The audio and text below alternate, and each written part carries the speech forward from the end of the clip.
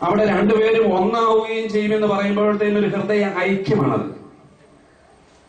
നമുക്കറിയാം, ഭാര്യ ഭർത്തൃ ബന്ധത്തിലെ ശാരീരികമായ ബന്ധം മാത്രം ലക്ഷ്യം വെക്കുന്നവരുണ്ട്. അവിടെ സ്നേഹമില്ല. അവിടെയാണ് കലഹം. സൗന്ദര്യം നഷ്ടപ്പെടുമ്പോൾ കലഹങ്ങൾ ഉണ്ടാകും. ഹൃദയ ഐക്യം, മനപ്പൊരുത്തം, പരിശുദ്ധാത്മാവ് വന്നു കഴിയുമ്പോഴാണ്. ആദിമസഭയിൽ നമ്മൾ കാണുന്നുണ്ട്, പരിശുദ്ധാത്മാവ് വന്നു കഴിഞ്ഞപ്പോൾ എന്ത് സംഭവിച്ചു? അവർ ഏക മനസ്സോടെ, ഹൃദയ ഐക്യത്തോടെ, താല്പര്യപൂർവ്വം ദേവാലയത്തിൽ ഹൃദയ ലാളിത്തോടെ താല്പര്യപൂർവ്വം പങ്കുകൊണ്ടുവന്ന് നമ്മൾ കാണുന്നുണ്ട്. പരിശുദ്ധാത്മാവിന്റെ പ്രവൃത്തിയാണ്. പരിശുദ്ധാത്മാവ് വഴിയാണ് ഓരോ വിവാഹവും ദേവാലയത്തിൽ ആശീർവദിക്കപ്പെട്ടത്. Hallelujah, hallelujah. വിവാഹബന്ധം ആശീർവദിച്ചപ്പോൾ ചില പ്രതിജ്ഞകൾ നമ്മളെ വിശുദ്ധ ഗ്രന്ഥത്തിൽ തൊട്ടുകൊണ്ട് എടുത്തു. അതെന്തൊക്കെയാണെന്ന് ഓർമ്മയുണ്ടോ? വിശുദ്ധ ഗ്രന്ഥത്തിൽ തൊട്ടുകൊണ്ട് ഭാര്യയും ഭർത്താവും ഒരു പ്ലഡ്ജ് എടുത്തു, ഒരു തീരുമാനമെടുത്തു. അത് ഓർമ്മയുണ്ടോ ആർക്കെങ്കിലും? എല്ലാവർക്കും അറിയാം. ഒന്ന് ആരെല്ലാം അറിയാവുന്ന ഒരാളെന്ന് പറഞ്ഞ്. ഇന്നു മുതൽ മരണം വരെ എന്തൊക്കെ കാര്യങ്ങളാണ് നമ്മൾ പ്ലഡ്ജ് ചെയ്തത്? ഇന്നു മുതൽ, ഉറക്കെ പറഞ്ഞോളൂ, ഇന്നു മുതൽ മരണം വരെ എങ്ങനെ ഒന്നിച്ച് ജീവിക്കും? സന്തോഷത്തിലും ദുഃഖത്തിലും, ആരോഗ്യത്തിലും അനാരോഗ്യത്തിലും, സമ്പത്തിലും ദാരിദ്ര്യത്തിലും, സഹനങ്ങളിലും എല്ലാം ഒന്നു ചേർന്ന് പങ്കുപറ്റും. അല്ലെ? പങ്കാളികളായിരിക്കും. അവിടെ ആരും ആരെയും കുറ്റം പറയുന്നില്ല. അതൊരു പങ്കാളിത്തമാണ്. ഒരു കുടുംബജീവിതം എന്ന് പറഞ്ഞൊരു പങ്കാളിത്തമാണ്. വിശുദ്ധ ഗ്രന്ഥം പ്രഭാഷകന്റെ പുസ്തകം 25 ആരെങ്കിലും ഒന്ന് എടുക്കാം. ജസ്സി ഒന്ന് വിശുദ്ധ ഗ്രന്ഥം എടുത്തുകൊണ്ടൊന്ന് പോയി. വിശുദ്ധ ഗ്രന്ഥത്തിന്റെ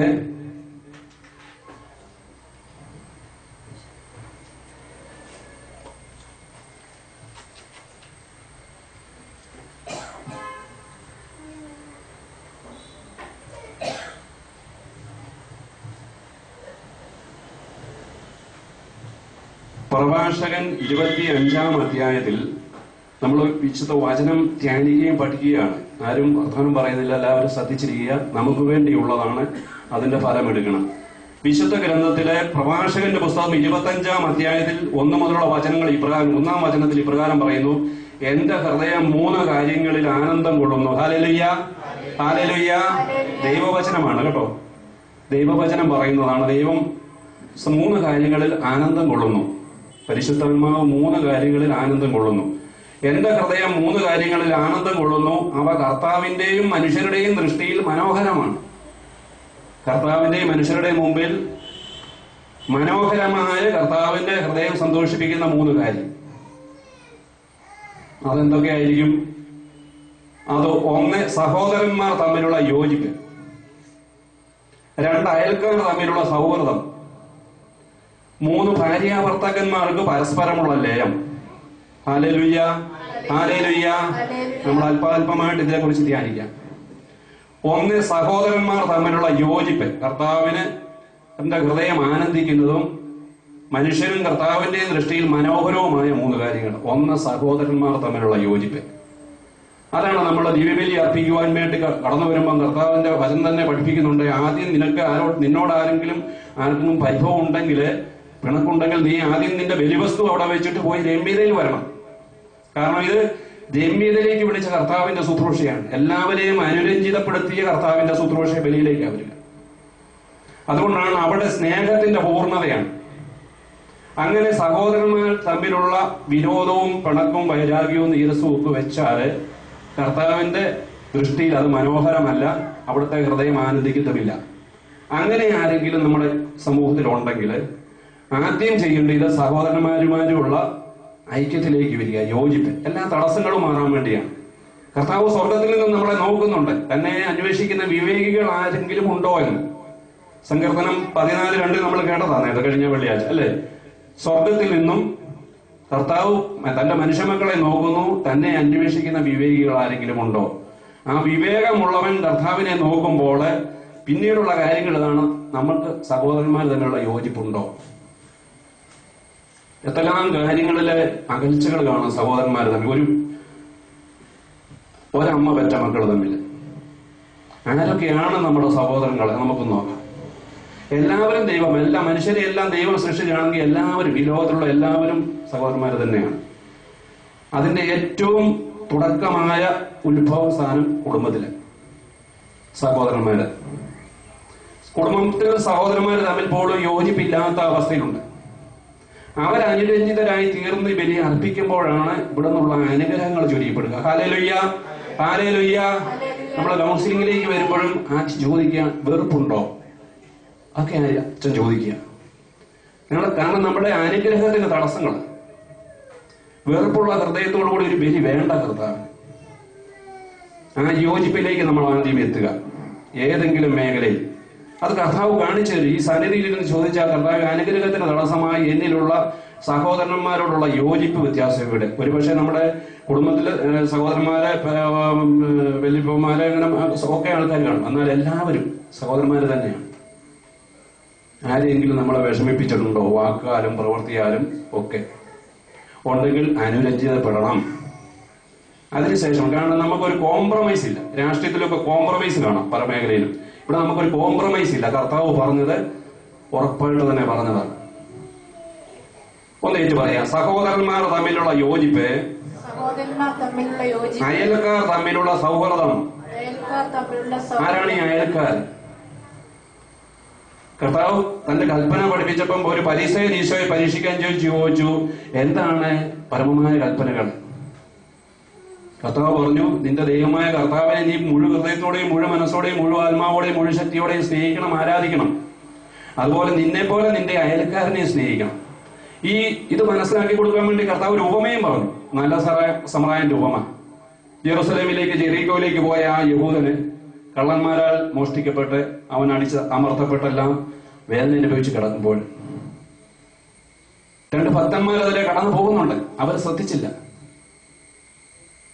എന്നാൽ അതുവഴി കടന്നുപോയ ഒരു സമറിയക്കാരൻ, ഇവരുമായിട്ട് യഹൂദന്മാരുമായിട്ട് യാതൊരു ബന്ധവുമില്ലാഞ്ഞൊരു വ്യക്തി, വേണമെങ്കിൽ ശത്രുവിന് തന്നെ പറയാം. അതുകൊണ്ട് കർത്താവ് പറഞ്ഞു, ശത്രുവിനെ സ്നേഹിക്കാൻ പഠിപ്പിച്ചിട്ടുണ്ട്. ശത്രുവിനെ സ്നേഹിച്ചു കഴിഞ്ഞാൽ പിന്നെ ശത്രു ഉണ്ടോ? എല്ലാരും മിത്രങ്ങളല്ലേ? ഹല്ലേലൂയ. ഈശോ വിഭാവനം ചെയ്ത നമുക്ക് തന്നിരിക്കുന്ന ദൈവരാജ്യം അതാണ്. അവിടെ ശത്രുതയില്ല, പൂർണ്ണമായ സ്നേഹം. അവിടെ പിന്നെ ശത്രുത്വമില്ലായി. അവനാണ് നല്ല സമറായക്കാരനാണ്, ആ യഹൂദനെ സഹായിച്ച അവനാണ് നല്ല അയൽക്കാരെന്ന് കർത്താവ് പറഞ്ഞിരുന്നുണ്ട്.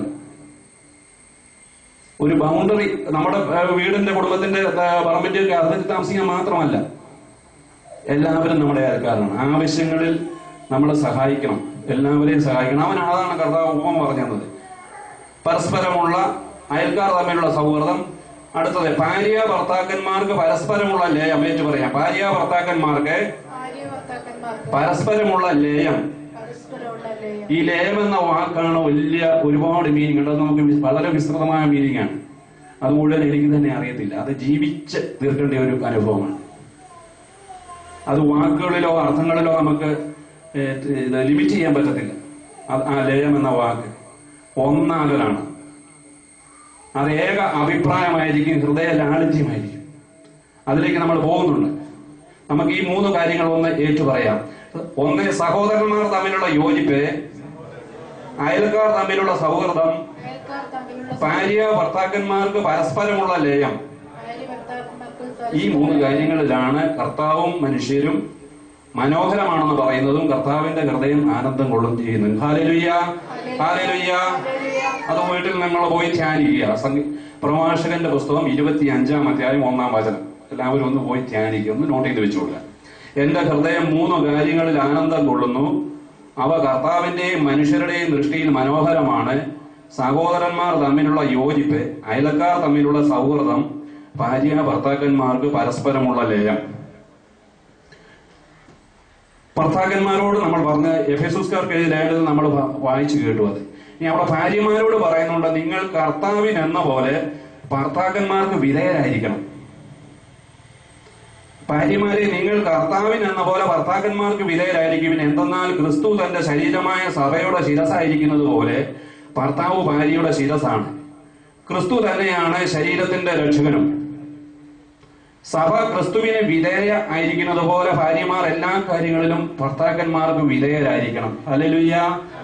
നമ്മൾ പലപ്പോഴും വായിച്ചു കേൾക്കാറുള്ള ഭാഗങ്ങളാണ്. ഈ നമ്മൾ ആദ്യം കേട്ടു, ദൈവം ഉറപ്പിച്ച അടിത്തറ ഇളകാതെ നിൽക്കുന്നു.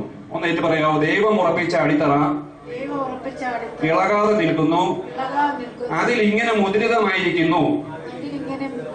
അവിടെ രേഖപ്പെടുത്തിയിരിക്കുകയാണ്. അടിത്തറ ഇട്ടിട്ട് ഫൗണ്ടേഷൻ സ്റ്റോൺ ഒക്കെ ഇട്ട് നമ്മൾ കാണാം എന്തൊക്കെ കൊത്തി വെച്ചിരിക്കുന്നത്. ഫൗണ്ടേഷൻ സ്റ്റോൺ ഇട്ടതാരാണ്, ഏത് വർഷമാണ്, എന്തിനു വേണ്ടിയ ലക്ഷ്യങ്ങളൊക്കെ എഴുതും. അതിപ്പോ പറയാം, അതിൽ ഇങ്ങനെ മുദ്രിതമായിരിക്കുന്നു, കർത്താവ് തനിക്ക് സ്വന്തമായിട്ടുള്ളവരെ അറിയുന്നു. കർത്താവിന്റെ നാമം വിളിക്കുന്നവരെല്ലാം പാപത്തിൽ നിന്ന് ഒഴിഞ്ഞു നിൽക്കട്ടെ. Hallelujah, hallelujah. ഈശോയെ നന്ദി, യേശുവേ സ്തുതി. നമുക്കൊന്ന് എഴുന്നേറ്റ് നിൽക്കാം. ഒരു മിനിറ്റ് എഴുന്നേറ്റ് നിന്നുകൊണ്ട് നമ്മുടെ കരങ്ങൾ ഉയർത്തി നമ്മുടെ കർത്താവിന് ഈ തിരുവചനം തരുന്നതിനെ ഓർത്ത് അത് നമ്മുടെ കാതുകളിലൂടെ കേട്ട് നമ്മുടെ ഹൃദയത്തിലെത്തണം. നമ്മുടെ കാതുകളെ ഈശോ വിശുദ്ധീകരിക്കണം. സംസാരിക്കുന്ന എന്റെ നാവുകൾക്ക് അവിടുന്ന് വിശുദ്ധി തരണം. നമ്മുടെ കണ്ണുകൾ അവിടുന്ന് വിശുദ്ധീകരിക്കണം. നമ്മൾ ഇപ്പോൾ ആയിരിക്കുന്നത് പരിശുദ്ധ പിതാവിന്റെ നിയോഗപ്രകാരം സഭയിലെല്ലാവരും വിശ്വാസത്തിലേക്ക് വരുവാനും വിശുദ്ധി പ്രാപിക്കുവാനും വേണ്ടിയുള്ള നിയോഗമാണ്.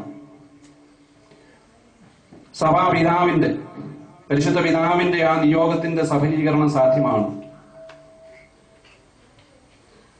നമ്മുടെ വിശുദ്ധീകരണം. നമുക്കൊരു നിമിഷം എഴുന്നേറ്റ് നിന്നുകൊണ്ട് ആ പരിശുദ്ധ പിതാവിന്റെ ആഗ്രഹം, അത് പരിശുദ്ധാത്മാവിന്റെ ആഗ്രഹമാണ് പരിശുദ്ധ പിതാവിനോട് അറിയിച്ചത്. പരിശുദ്ധ പിതാവിനോടും എല്ലാ കർദിനാൾ സംഘത്തോടും മെത്രാൻ സംഘത്തോടും എല്ലാ അഭിഷിക്തരോടും ചേർന്ന് സഭയില് ഒന്നായിട്ട് ഏകമനസ്സോടെ, ഹൃദയ ഐക്യത്തോടെ, ഹൃദയ ലാളിത്യത്തോടെ അതിന്റെ പൂർത്തീകരണത്തിന് വേണ്ടി നമ്മുടെ ഏതാനും കാര്യങ്ങൾ സാധിക്കുക മാത്രമല്ല, വിശുദ്ധി പ്രാപിച്ചാൽ നമ്മുടെ കർത്താവിനോട് ചേർന്ന് നിൽക്കുന്നവരായിട്ട് മാറും. അതിനായിട്ട് നമുക്കൊരു നിമിഷം കരങ്ങൾ ഉയർത്തി, സ്വർഗസ്ഥനായ ഞങ്ങളുടെ പിതാവേ, അങ്ങയുടെ നാമം പൂജിതമാകണമേ, അങ്ങയുടെ രാജ്യം വരണമേ, അങ്ങയുടെ തിരുമനസ് സ്വർഗത്തിലെ പോലെ ഭൂമിയിലും ആകണമേ. അന്നു വേണ്ട ആഹാരം ഞങ്ങളുടെ ക്ഷമിച്ചതുപോലെ ഞങ്ങളുടെ കടങ്ങളും പാവം ഞങ്ങളോട് ക്ഷമിക്കണമേ. ഞങ്ങളെ പ്രലോഭനോട് ഉൾപ്പെടുത്തരുതേ, പിന്നെയോ ദുഷ്ടാരൂപി ഞങ്ങളെ രക്ഷിക്കണമേ. നന്മ നിറഞ്ഞ മറിയമേ സ്വസ്തി, കർത്താവ് അങ്ങയുടെ കൂടെ സ്ത്രീകളിൽ അനുഗ്രഹിക്കപ്പെട്ടതാകുന്നു.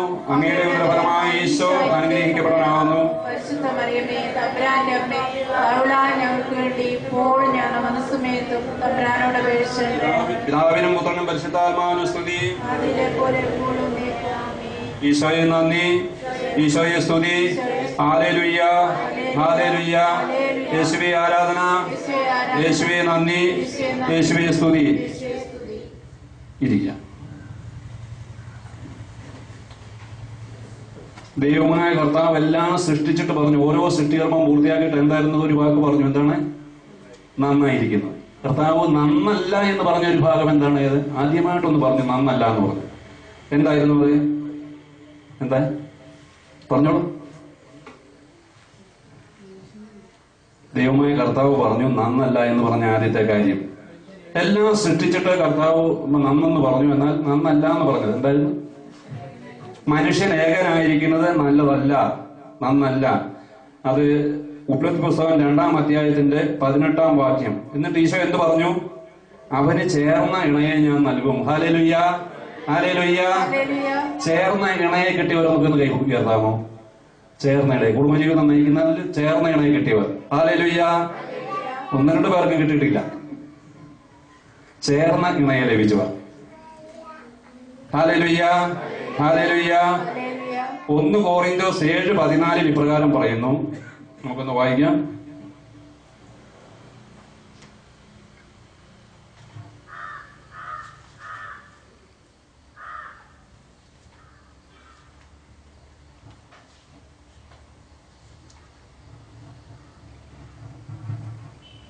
ചിലർ പറഞ്ഞു കേട്ടിട്ടുണ്ട്, എന്തൊരു മനുഷ്യനെ എനിക്ക് കിട്ടിയിരിക്കുക. ദൈവം പറഞ്ഞു ചേർന്ന ഇണയെ തരാമെന്ന് പറഞ്ഞിട്ട് കിട്ടിയത് ഫസ്റ്റ് സാധനമാണ്. ചില പെണ്ണുങ്ങൾ പറഞ്ഞ്, സഹോദരിമാർ പറഞ്ഞു കേട്ടിട്ടുണ്ട്, ഫസ്റ്റ് സാധനത്തിനെ കിട്ടിയതെന്ന് പറഞ്ഞിട്ടുണ്ട്.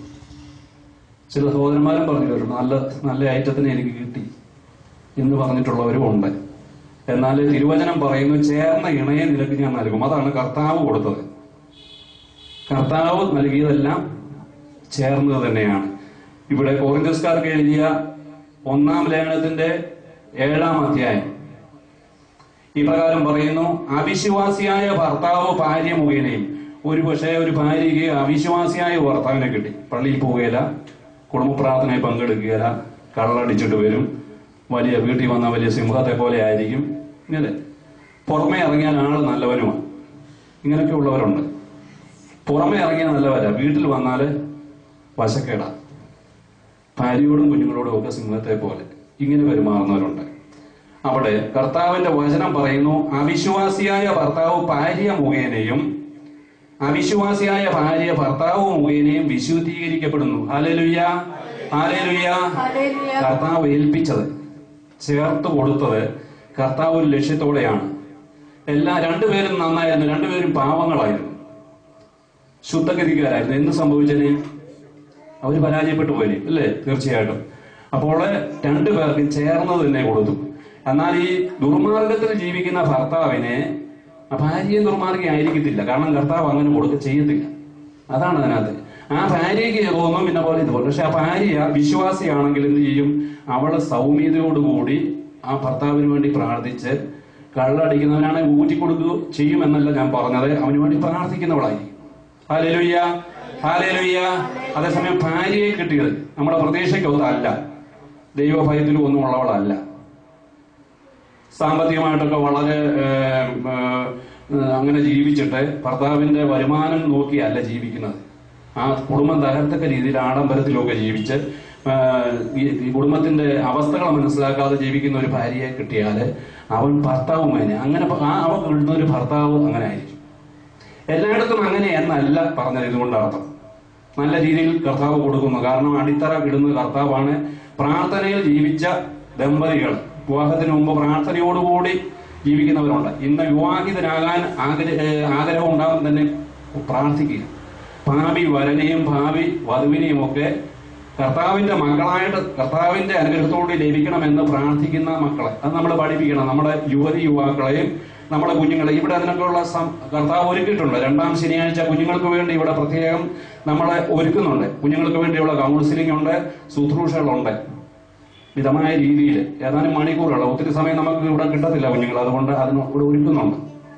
അതിലേക്കൊക്കെ കുഞ്ഞുങ്ങളെ പറഞ്ഞു വിട്ട് അവർ ബോധവൽക്കരണമൊക്കെ നടത്താറുണ്ട്. മാതാപിതാക്കൾക്കുള്ള ബോധവൽക്കരണമാണ് ഇപ്പോൾ ശരിക്കും നടക്കുന്നത് നമുക്ക് പറയാം. കുടുംബങ്ങളിൽ നമ്മുടെ കുടുംബ കൂട്ടായ്മകളുണ്ട്, ഫാമിലി അപ്പോസ്തോലേറ്റ്സ്, അവിടെയൊക്കെ നമ്മൾ പങ്കെടുക്കണം. പങ്കെടുത്ത് ആ വിശുദ്ധീകരണം പ്രാപിക്കുമ്പോഴാണ് കുടുംബ തകർച്ചകൾ മാറും. Hallelujah, hallelujah. യേശുവേ നന്ദി. ഈ കാര്യം ഇനി കൂടുതൽ വിശദീകരണത്തിന്റെ ആവശ്യമുണ്ടെന്ന് തോന്നില്ല. അവിശ്വാസിയായ ഭർത്താവ് ഭാര്യ മുഖേനയും അവിശ്വാസിയായ ഭാര്യ ഭർത്താവ് മുഖേനയും വിശുദ്ധീകരിക്കപ്പെടുന്നു. ഹല്ലേലൂയ. യേശുവേ നന്ദി, യേശുവേ സ്തുതി. സങ്കീർത്തനത്തിൽ നമ്മൾ കണ്ടു, ദൈവഭക്തനായ മനുഷ്യൻ, ദൈവഭക്തനായ മകന് കർത്താവ് കൊടുക്കുന്ന അവന്റെ അധ്വാന ഫലം, അവൻ എന്ത് ചെയ്താലും അത് ഫലസമൃദ്ധിയുള്ളതായിരിക്കും. അവന്റെ ഭാര്യ ഭവനത്തിൽ ഫലസമൃദ്ധമായ മുന്തിരി പോലെയായിരിക്കും, അവളൊരു അനുഗ്രഹമായിരിക്കും. അവരുടെ മക്കളെ മേശയ്ക്ക് ചുറ്റും ഒലിവ് തൈകൾ പോലെയും. Hallelujah, hallelujah.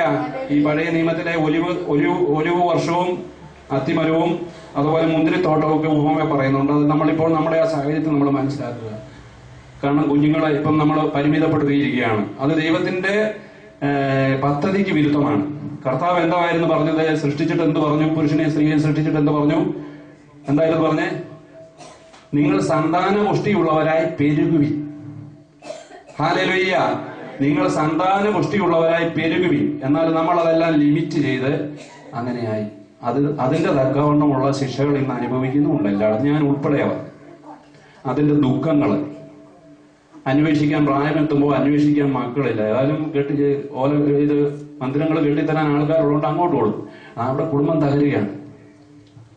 ആവശ്യത്തിന് മക്കളില്ലാഞ്ഞതുകൊണ്ട് വിശുദ്ധിയിലേക്ക് പുരോഹിതരാക്കാൻ വിടുന്ന ഒരു കാലത്തുണ്ടായിരുന്നു. ഇഷ്ടംപോലെ മക്കളോട് അടുത്ത് പുരോഹിതരും സന്യസ്തര് അമ്മമാരും ഒക്കെ ഉണ്ടായിരുന്നു.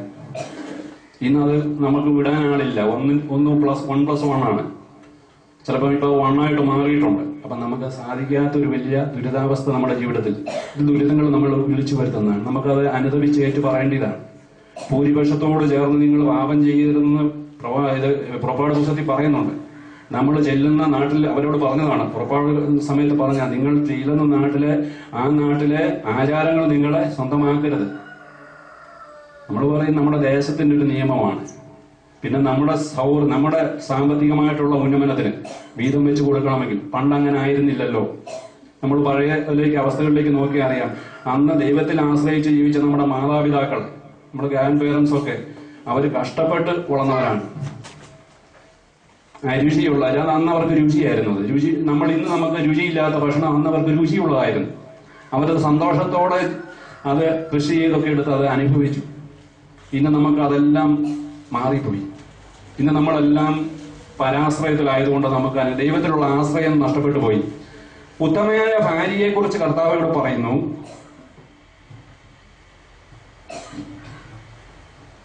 ഉത്തമയായ ഭാര്യയെ കണ്ടുപിടിക്കാൻ ആർക്ക് കഴിയും? അവൾ രത്നങ്ങളെക്കാൾ അമൂല്യത്രേ. ഹല്ലേലൂയ. ഒരു ഭാര്യയുടെ സൗന്ദര്യം എന്ന് പറയുന്നത് ബാഹ്യമായ കാഴ്ചപ്പാടിലുള്ളതല്ല, ഹൃദയത്തിന്റെ സൗന്ദര്യമാണ് കർത്താവ് നോക്കുന്നത്. അവിടെ പറയുന്നുണ്ട്, ഒരു ഭാഗം പറയുന്നുണ്ട്, സൗകുമാര്യം വഞ്ചന നിറഞ്ഞതും സൗന്ദര്യം വ്യർത്ഥവുമാണ്. പുറമേയുള്ള ചില സൗന്ദര്യം മാത്രം കണ്ടുകൊണ്ട് പോകുന്നവരുണ്ട്. എന്നാൽ സൗകുമാര്യം വഞ്ചന നിറഞ്ഞതും സൗന്ദര്യം വ്യർത്ഥവുമാണ്. എന്നാൽ ദൈവഭക്തിയുള്ള സ്ത്രീ പ്രശംസ അറിയിക്കുന്നു. Hallelujah, hallelujah. നമ്മൾ ആദ്യം കണ്ടു, ദൈവഭയമുള്ളവന് കിട്ടുന്നതാണ് സന്തുഷ്ടയായ ഭാര്യയും ഒലിവതകൾ പോലെ മേശയ്ക്ക് നിൽക്കുന്ന മക്കളും. ഹല്ലേലൂയ, യേശുവേ നന്ദി. ഇത് പറയുന്നത് സുഭാഷിതത്തിന്റെ പുസ്തകം 31-ാം അധ്യായത്തിലാണ്. നമുക്ക് വായിച്ച് ധ്യാനിക്കാവുന്നതാണ്. കൂടുതൽ വിശദീകരണം ആവശ്യമില്ലാത്ത ഭാഗങ്ങളാണ് നമ്മളിവിടെ ധ്യാനിക്കുക. സുഭാഷിതത്തിന്റെ പുസ്തകം 31-ാം അധ്യായം ഹെഡിങ് കൊടുത്തിട്ടുണ്ട് ഉത്തമയായ ഭാര്യ എന്നാണ്. പ്രഭാഷകന്റെ പുസ്തകത്തിൽ 26-ാം അധ്യായത്തിലും ഉത്തമയായ ഭാര്യ എന്നുള്ള ഹെഡിങ്ങിൽ തന്നെ, സബ് ഹെഡിങ്ങിൽ തന്നെ കൊടുത്തിട്ടുണ്ട്. നമുക്ക് എളുപ്പം കണ്ടുപിടിക്കാം.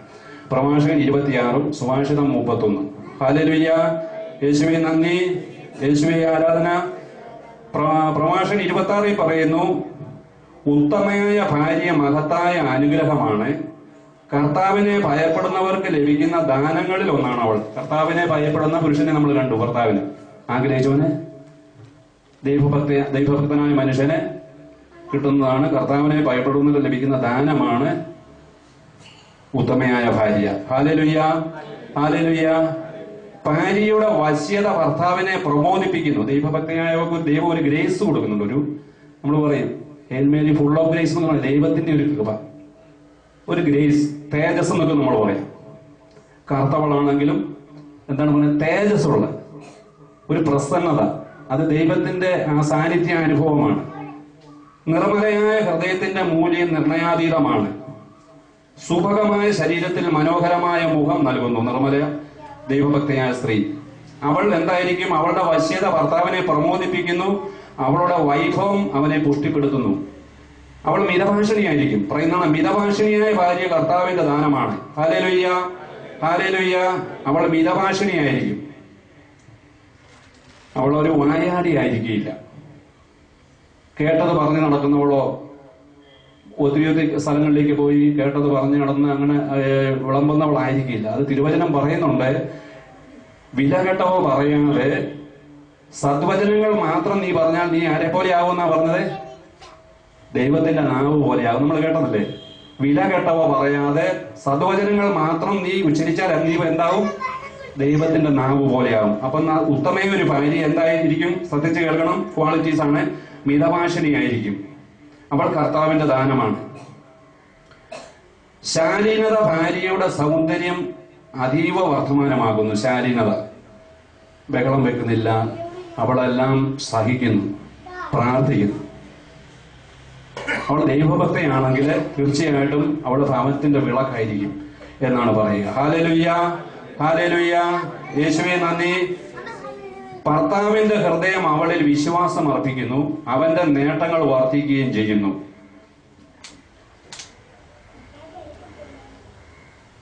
വിശ്വസ്തയായ ഭാര്യ ഭർത്താവിനെ സന്തോഷിപ്പിക്കുന്നു. അവൻ സമാധാനത്തോടെ ആയുസ് തികയ്ക്കും. ഹല്ലേലൂയ. ഉത്തമയായ ഭാര്യയെ ലഭിച്ചവൻ അവൻ ദീർഘായുസ് ലഭിക്കും, അവൻ ആയുസ് ലഭിക്കും, ആരോഗ്യമുള്ളവനായിരിക്കും എന്നാണ് അതിന്റെ അർത്ഥം. വിശ്വസ്തയായ ഭാര്യ ഭർത്താവിനെ സന്തോഷിപ്പിക്കുന്നു. അവൻ സമാധാനത്തോടെ ആയുസ് തികയ്ക്കും. അവന് ദൈവം നിശ്ചയിച്ചിട്ടുള്ള ഒരു ആയുസ്സുണ്ട്, അവനത് തികയ്ക്കുമെന്നാണ് പറയുക. ധനവാനോ ദരിദ്രനോ ആകട്ടെ, അവന്റെ ഹൃദയം സന്തുഷ്ടവും അവന്റെ മുഖം സദാ പ്രസന്നവുമായിരിക്കും. ആർക്കാണ്? ആരുടെയാണ്? ദൈവഭക്തനായ ഭർത്താവിന്റെ ഭാര്യ. അവൾ ഉത്തമയായ ഭാര്യയാണെങ്കിൽ എന്താ സംഭവിക്കുന്നത്? ഭർത്താവ് ധനവാനോ ദരിദ്രനോ ആകട്ടെ, അവന്റെ ഹൃദയം സന്തുഷ്ടവും അവന്റെ മുഖം സദാ പ്രസന്നവുമായിരിക്കും. ആരും വിഷമിക്കണ്ട, നമുക്ക് നമ്മുടെ ജീവിതം രൂപാന്തരപ്പെടുത്തിയാണ്. ഇവിടെ ഇരിക്കുന്നവരൊന്നും അങ്ങനെയാണെന്നല്ല പറഞ്ഞു. എന്നാൽ കർത്താവിന് തരുന്ന സന്ദേശം ഇങ്ങനെ ആയതുകൊണ്ട് അത് നമ്മളിവിടെ പഠിക്കുകയാണ്. ഉത്തമയായ ഭാര്യയാണെങ്കിൽ മറ്റൊരുവളിൽ അവർക്ക് അസൂയ തോന്നത്തില്ല.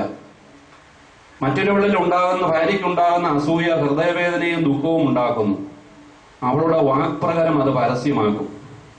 ദുഷ്ടയായ ഭാര്യ ഉരസുന്ന നുകം പോലെയാണ്, ഉത്തമയല്ല. ഭാര്യയുടെ മദ്യപാനം പ്രലോഭനം ഉളവാക്കുന്നു. അവൾ അവമതി മറച്ചു വയ്ക്കുകയില്ല.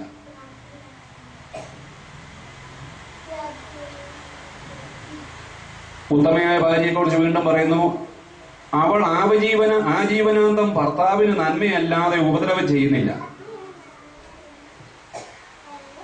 പഴയൊരു സ്ത്രീയെ കുറിച്ച് പറയാ, അവള് രോമവും ചണവും ശേഖരിച്ച് ചുറുചുറുക്കോടെ നെയ്തെടുക്കുന്നു. അവൾ വ്യാപാരിയുടെ കപ്പലുകളെ പോലെ അകലെ നിന്ന് ആഹാര സാധനങ്ങൾ കൊണ്ടുവരുന്നു. പുലർച്ചയ്ക്ക് മുമ്പേ അവൾ ഉണർന്ന് കുടുംബാംഗങ്ങൾക്ക് ഭക്ഷണം ഒരുക്കുകയും പരിചാരകമാർക്ക് ജോലികൾ നിർദ്ദേശിച്ചു കൊടുക്കുകയും ചെയ്യുന്നു.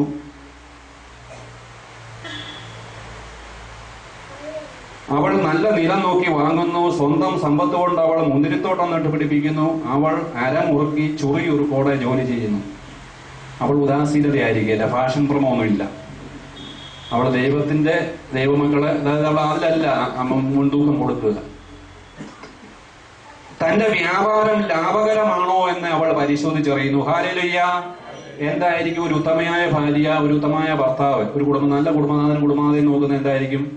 അവരുടെ വ്യാപാരം ലാഭമാണോ എന്ന് നോക്കുന്നു. ഈ ഉത്തമയായ ഭാര്യ നോക്കുന്നത്, വചനം പറയുന്നുണ്ട്, നിന്റെ ആത്മാവ് ക്ഷേമസ്ഥിതിയിലായിരിക്കുന്ന പോലെ നീ എല്ലാ കാര്യത്തിലും ഐശ്വര്യമുള്ളവനും ആരോഗ്യമുള്ളവനുമായിരിക്കട്ടെ എന്നാണ് വിശുദ്ധ യോനാസ്ലീഹ എഴുതിയ 3-ാം ലേഖനത്തിൽ പഠിപ്പിക്കുക. ആത്മാവിന്റെ ക്ഷേമസ്ഥിതി ഉണ്ടെങ്കിൽ എല്ലാ കാര്യവും ആരോഗ്യവും ഉണ്ടാകും, നല്ലതുമായ ദൈവഭക്ത. അവൾ അവിടെ വ്യാപാരം ലാഭകരമാണോ എന്ന് നോക്കുന്നത്. ആദ്യം നോക്കുന്നത് എന്താണ്? തന്റെ മക്കള്, തന്റെ ഭർത്താവും ഒക്കെ വിശ്വാസത്തിലേക്ക് വന്നോ. അവളെ ശ്രദ്ധിക്കും. കുടുംബത്തിലെ പ്രാർത്ഥനയുടെ സമയം എപ്പോഴാണ്? രാവിലെ പ്രഭാതത്തിൽ ഉണരുമ്പോൾ ദൈവത്തെ വിളിച്ചിട്ടാണോ എഴുന്നേൽക്കുക? ദൈവത്തോട് ചേർന്നാണോ ജീവിക്കുക? അപ്പോൾ അതെല്ലാം ഒന്ന് മോണിറ്റർ ചെയ്യും. നല്ലൊരു മോണിറ്ററായിരിക്കും. രാവിലെ പ്രഭാതത്തിൽ എഴുന്നേറ്റ് അന്നത്തെ പ്രഭാത കർമ്മങ്ങളിലേക്ക് കടക്കുന്നതിന് മുമ്പ് ദൈവത്തോട് ചേർന്ന് അവർ പ്രവർത്തിക്കും. ദൈവത്തോട് ആലോചന ചോദിച്ച് പ്രാർത്ഥിക്കും. ഹല്ലേലൂയ. സന്ധ്യാ പ്രാർത്ഥനകൾക്ക് അവിടെ വിഘ്നം വരുത്തുന്നില്ല. യഥാസമയം സന്ധ്യാപ്രാർത്ഥന എന്ന് പറയുന്നത് രാത്രി 10 മണിക്കല്ല. കർത്താവ് ഉലാത്താൻ വന്നൊരു സമയമുണ്ട്. നമ്മുടെ ഉൽപ്പത്തി പുസ്തകത്തിൽ കാണുന്നുണ്ട്. ആദത്തിന്റെയും ഹവ്വായുടെയും ഇടയ്ക്ക് അവിടെ ഉലാത്താൻ വന്ന സമയമുണ്ട്. അതിനൊരു നിശ്ചിത സമയമുണ്ട്. സന്ധ്യമണി അടിക്കുന്ന, പുരുഷമണി അടിക്കുന്ന സമയമുണ്ട് നമുക്ക്. ആ സമയത്ത് തന്നെ കർത്താവിന് ആ പ്രമുഖ സ്ഥാനം കൊടുക്കുക. നമ്മുടെ ഇഷ്ടം പോലെ അല്ല. ആ ലയമെന്ന് പറയുന്നത് നമ്മൾ എടുക്കുമ്പോഴത്തേന് ഹൃദയം ചേർത്ത് വെക്കുക എന്ന് പറയുമ്പോഴേ നമ്മുടെ ഇഷ്ടവുമല്ല, ദൈവത്തിന്റെ ഇഷ്ടം അന്വേഷിക്കും. ഈശോ പഠിപ്പിച്ചത് അത് തന്നെയാണ്. ഹല്ലേലൂയ. ഈശോ പഠിപ്പിച്ച പ്രാർത്ഥനയിൽ പറയുന്നുണ്ടോ, അങ്ങയുടെ രാജ്യം വരണമേ, അങ്ങയുടെ തിരുവിഷ്ടം സ്വർഗത്തിലെ പോലെ ഭൂമിയിലുമാകണമേ. നമ്മുടെ ഇഷ്ടമല്ല, ദൈവേഷ്ടം നിറവേറ്റുന്നവരായിരിക്കും. ദൈവത്തിന്റെ ഇഷ്ടം എന്താണോ എന്റെ ജീവിതത്തിൽ. കാരണം ദൈവം ഇട്ട അടിത്തറയാണ്, അവിടുന്ന് ഉറപ്പിച്ച അടിത്തറയാണ് ഇളകാതെ നിൽക്കുക. ഹല്ലേലൂയ. അവിടുത്തോട് ചേർന്ന് നിൽക്കുമ്പോഴാണ് ആടാതെ ഇളകാതെയും കുലുങ്ങാതെയും നിൽക്കുക. ഹല്ലേലൂയ. അങ്ങനെയാകുന്ന ആ ഭവനത്തെ കുറിച്ചാണ് ഇവിടെ പറയുക. തന്റെ വ്യാപാരം, തന്റെ മക്കളെ വിശുദ്ധിയിലാണോ വളരുന്നത്? അനുദിന കുടുംബ പ്രാർത്ഥനയുണ്ടോ? ദേവാലയത്തിൽ പോകുന്നുണ്ടോ? വിശുദ്ധ ആരാധനാക്രമങ്ങളിൽ പങ്കെടുക്കുന്നുണ്ടോ? അതിലൊക്കെ സജീവമായിട്ട് സഭയോടൊത്ത് പ്രവർത്തിക്കുന്നവരാകും മാറുക. ഹല്ലേലൂയ. യേശുവേ നന്ദി, യേശുവേ ആരാധന. വെറും നമ്മുടെ ഈ ലോക ജീവിതത്തിന് വേണ്ടി മാത്രമുള്ള ഒരു ജീവിതമല്ല. അത് കർത്താവ് പഠിപ്പിക്കുന്നുണ്ട്. കൊറിന്തോസ്യർക്ക് എഴുതിയ ലേഖനത്തിൽ പറയുന്നുണ്ട്, ഈ ജീവിതത്തിന് വേണ്ടി മാത്രം ക്രിസ്തുവിൽ പ്രത്യാശ വയ്ക്കുന്നവരാണെങ്കിൽ നമ്മൾ എല്ലാ മനുഷ്യരെക്കാളും നിർഭാഗ്യവാന്മാരാണെന്ന് പറഞ്ഞു. ഇവിടെ തന്റെ വ്യാപാരം ലാഭകരമാണോ എന്ന് അവൾ പരിശോധിക്കുന്നു. നമ്മുടെ ആത്മാവിലെ ആത്മീയ ജീവിതത്തിൽ, ആധ്യാത്മിക ജീവിതത്തിലൊക്കെ നമ്മൾ ഉന്നതി പ്രാപിക്കുന്നുണ്ടോ? അത് നമ്മൾ നോക്കണം. ഉത്തമമായ ഒരു ഭാര്യയുടെ കടമയാണ്. ഭർത്താവ് ചിലപ്പം പുറത്തെ ജോലിയൊക്കെ കഴിഞ്ഞ് വരുമ്പോഴും ഇവിടെ അന്വേഷിക്കേണ്ട ഭാര്യമാരാണ്, അമ്മമാരാണ്. മക്കളെ കുറിച്ച് നോക്കേണ്ടതും ഉത്തരവാദിത്തം ഒഴിഞ്ഞു നിൽക്കണമെന്നല്ല പറഞ്ഞു. തീർച്ചയായിട്ടും അതിലേക്ക് കൊണ്ടുവരേണ്ടിയിട്ടുണ്ട്. ഹല്ലേലൂയ. യേശുവേ നന്ദി. രാത്രിയിൽ അവളുടെ വിളക്ക് അണയുന്നില്ല. അവൾ ദണ്ടും തക്കളിയും ഉപയോഗിച്ച് നൂൽ നൂൽക്കുന്നു. അവൾ ദരിദ്രർക്ക് ദാനം ചെയ്യുകയും പാവങ്ങളെ സഹായിക്കുകയും ചെയ്യും. കാരണം അധ്വാനശീലയാണ് ഉള്ളത് കൊണ്ട് അവള് ദാനവും ചെയ്യുന്നു. Hallelujah, hallelujah. യേശുവേ നന്ദി. ഒന്ന് ഉറക്കെ പറഞ്ഞാട്ടെ, യേശുവേ നന്ദി. ഹല്ലേലൂയ. കരങ്ങൾ ഉയർത്തി പറഞ്ഞാട്ടെ, ഹല്ലേലൂയ. യേശുവേ നന്ദി, ഹല്ലേലൂയ. യേശുവേ നന്ദി, യേശുവേ സ്തുതി. കുടുംബാംഗങ്ങളുടെ നടപടികൾ അവൾ ശ്രദ്ധാപൂർവം വീക്ഷിക്കുന്നു. അലസതയുടെ അപ്പം അവൾ ഭക്ഷിക്കുന്നില്ല, അവൾ അധ്വാനിക്കാതെ ഭക്ഷിക്കുന്നില്ല. അപ്പൊ ആ കുടുംബം അഭിവൃദ്ധിപ്പെടും. അതിലേക്കൊന്നും കൂടുതലായിട്ട് പോകുന്നില്ല. നമ്മളൊരു നല്ലൊരു കുടുംബജീവിതം നയിക്കുന്ന വലിയ ഭർത്താക്കന്മാരെ ശ്രദ്ധിച്ചാൽ മതി. ഒരു മറ്റുള്ള സമൂഹത്തിലെ സദസ്സിലെ അല്ല സൊസൈറ്റി ലേഡീസ് ആകാനും സൊസൈറ്റി മെനൊക്കെ ആകാനായിട്ട് ആഗ്രഹിക്കുന്നവർ ചിലപ്പം അവർക്കൊന്നും സമയം അത് അവിടെ അപകടം സംഭവിക്കുന്നുണ്ട്. പുറമെ പറയുന്നില്ലായിരിക്കും, പക്ഷേ അവസാനം അവരെ കർത്താവിനെ നിലവിളിച്ച് അപേക്ഷിക്കുന്ന ഒരു അവസ്ഥ ഉണ്ടാകുന്നുണ്ട്. ഹല്ലേലൂയ, യേശുവേ നന്ദി. അലസതയുടെ അപ്പം അവൾ ഭക്ഷിക്കുന്നില്ല. അവളുടെ സന്താനങ്ങൾ അവളെ ഭാഗ്യവതി എന്ന് വിളിക്കുന്നു. കണ്ടോ, മേശയ്ക്ക് ചുറ്റും അവൾ ഒലിവുതൈകൾ പോലെ നിൽക്കും തന്റെ മക്കള്. ആ നല്ല അമ്മയാണെന്ന് പറയും, അമ്മ ഭാഗ്യവതി എന്ന് വിളിക്കും. ഹല്ലേലൂയ. അവളുടെ ഭർത്താവും അപ്രകാരം ചെയ്യും, ഭർത്താവും അവളെ അഭിനന്ദിക്കും. ഹല്ലേലൂയ, യേശുവേ നന്ദി. അവൻ അവളെ ഇങ്ങനെ പ്രശംസിക്കുന്നു. പല സ്ത്രീകളും തങ്ങളുടെ കഴിവുകൾ പ്രകടിപ്പിച്ചിട്ടുണ്ട്, എന്നാൽ നീ അവരെ എല്ലാം അതിശയിക്കുന്നുവെന്നാണ് ഭർത്താവ് പറയും. ഭർത്താക്കന്മാര് ഭാര്യമാരെ അനുമോദിക്കും. ഉള്ളിൽ സ്നേഹമുണ്ട്, എന്നാൽ അത് പലപ്പോഴും നമ്മൾ പ്രകടിപ്പിക്കാറില്ല. ഒന്ന് പ്രകടിപ്പിക്കുക. അഥവാ ഇനി അത് ഭർത്താവ് പ്രകടിപ്പിച്ചില്ലെങ്കിലോ, നമ്മൾ കഴിഞ്ഞ പ്രാവശ്യമൊക്കെ നമ്മൾ ചിന്തിച്ചിട്ടുണ്ട്.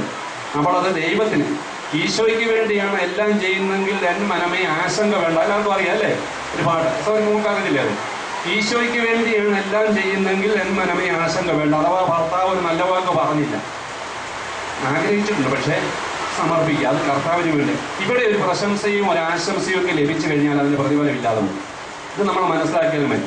നമുക്ക് പ്രശംസ നമ്മളെ ഏൽപ്പിച്ച ദൈവം ഇട്ട അടിത്തറ ഇളകാതെ നിൽക്കുന്നത്, എന്നെ ഒന്ന് അനുമോദിച്ചില്ലല്ലോ, എൻ്റെ അമ്മായിമ്മ നല്ല വാക്ക് പറഞ്ഞില്ലല്ലോ, ഇങ്ങനെയൊക്കെ നമ്മൾ ചിന്തിക്കാറുണ്ട്. അതിൽ നമ്മളെ ഇവിടെ ആശ്രയത്വം കാണാതെ, അത് നമ്മൾ പ്രതീക്ഷിക്കാതെ അനുഗ്രഹങ്ങളൊക്കെയും ഹോൾസെയിലിൽ നിന്ന് നമ്മൾ മേടിക്കുക ദൈവത്തിൽ നിന്ന്. Hallelujah, hallelujah. അത് തരുന്ന കർത്താവുണ്ട്. നമുക്ക് എല്ലാം ദൈവത്തിൽ സമർപ്പിച്ചുകൊണ്ട് പ്രാർത്ഥിക്കാം. നമുക്ക് സഹോദരനോട് ചേർന്ന് നമുക്കൊന്ന് എഴുന്നേറ്റിരിക്കാം. ചിലരൊക്കെ ഒന്ന് ഉണർവില്ലാത്തൊരവസ്ഥയിലാണ്. നമുക്കൊന്ന് എഴുന്നേറ്റ് നിന്നുകൊണ്ട് നമുക്ക് കൈയടിച്ചൊരു പാട്ട് പാടി, ഉണർവിന്റെ ഒരു പാട്ട് പാടി നമുക്ക് കൈയടിച്ച് എല്ലാവരും ആണ്ടി.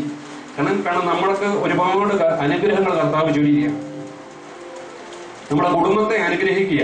Hallelujah, hallelujah, hallelujah. ഇന്നലെ വരെ ആയത് എങ്ങനെയും ആയിക്കൊള്ളട്ടെ, ഇന്ന് ഒരു പുതിയ സൃഷ്ടിയാകുക, ക്രിസ്തുവിലാകുക. കർത്താവിന്റെ വചനമാണ് നമ്മൾ കേട്ടുകൊണ്ടിരിക്കുക. ഈ വചനം നമ്മളിൽ മാംസം ധരിക്കട്ടെ. പരിശുദ്ധ അമ്മയിൽ വചനം മാംസം ധരിച്ചു. പരിശുദ്ധ അമ്മയെ എന്ത് വിളിച്ചു? ലോകം എന്ത് വിളിക്കുമെന്ന് പറഞ്ഞു? ഭാഗ്യവതി എന്ന് വിളിക്കുമെന്ന് പറഞ്ഞു. Hallelujah, hallelujah, hallelujah. യേശുവേ നന്ദി.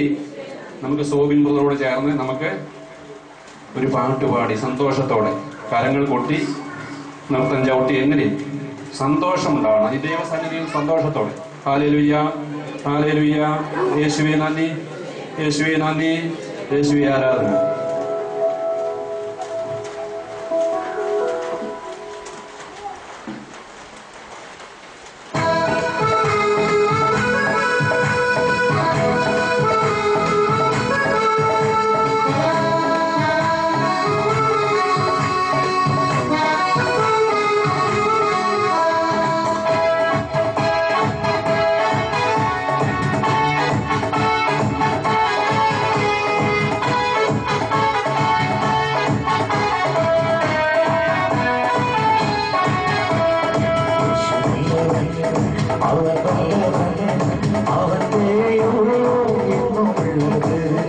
യേശു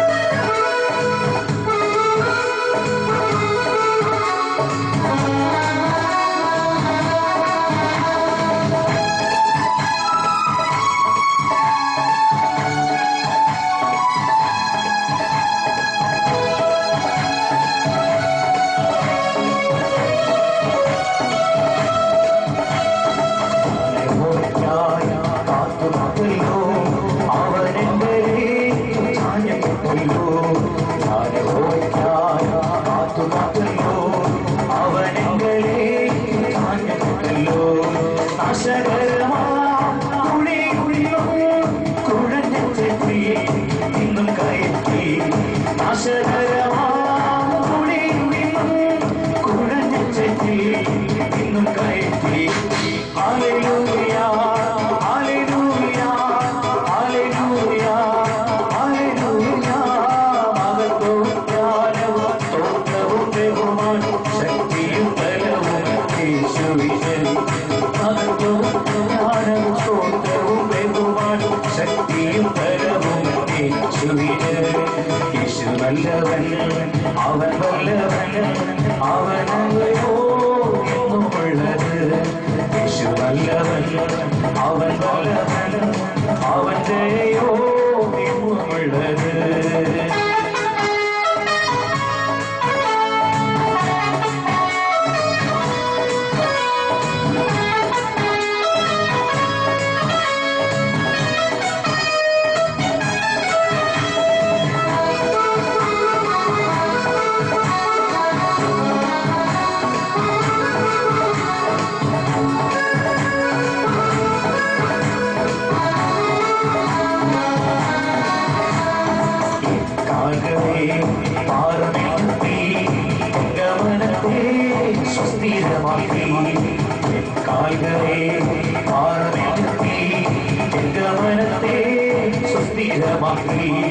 പുതിയൊരു പാട്ടെനിക്കുള്ളപ്പോ എൻ കർത്താവിന് സ്തുതികൾ തന്നേ പുതിയൊരു പാട്ടെനിക്കുള്ളപ്പോ എൻ കർത്താവിന് സ്തുതികൾ തന്നേ ഹല്ലേലൂയ ഹല്ലേലൂയ ഹല്ലേലൂയ ഹല്ലേലൂയ മഹത്വവും ജ്ഞാനവും സ്തോത്രവും ബഹുമാനവും ശക്തിയും ബലവും യേശുവിന് മഹത്വവും ജ്ഞാനവും സ്തോത്രവും ബഹുമാനവും ശക്തിയും ബലവും യേശുവിന് യേശു നല്ലവൻ അവൻ വല്ലവൻ അവൻ ദയയോ എന്നുമുള്ളത് യേശു നല്ലവൻ അവൻ വല്ലവൻ അവൻ ദയയോ എന്നുമുള്ളത്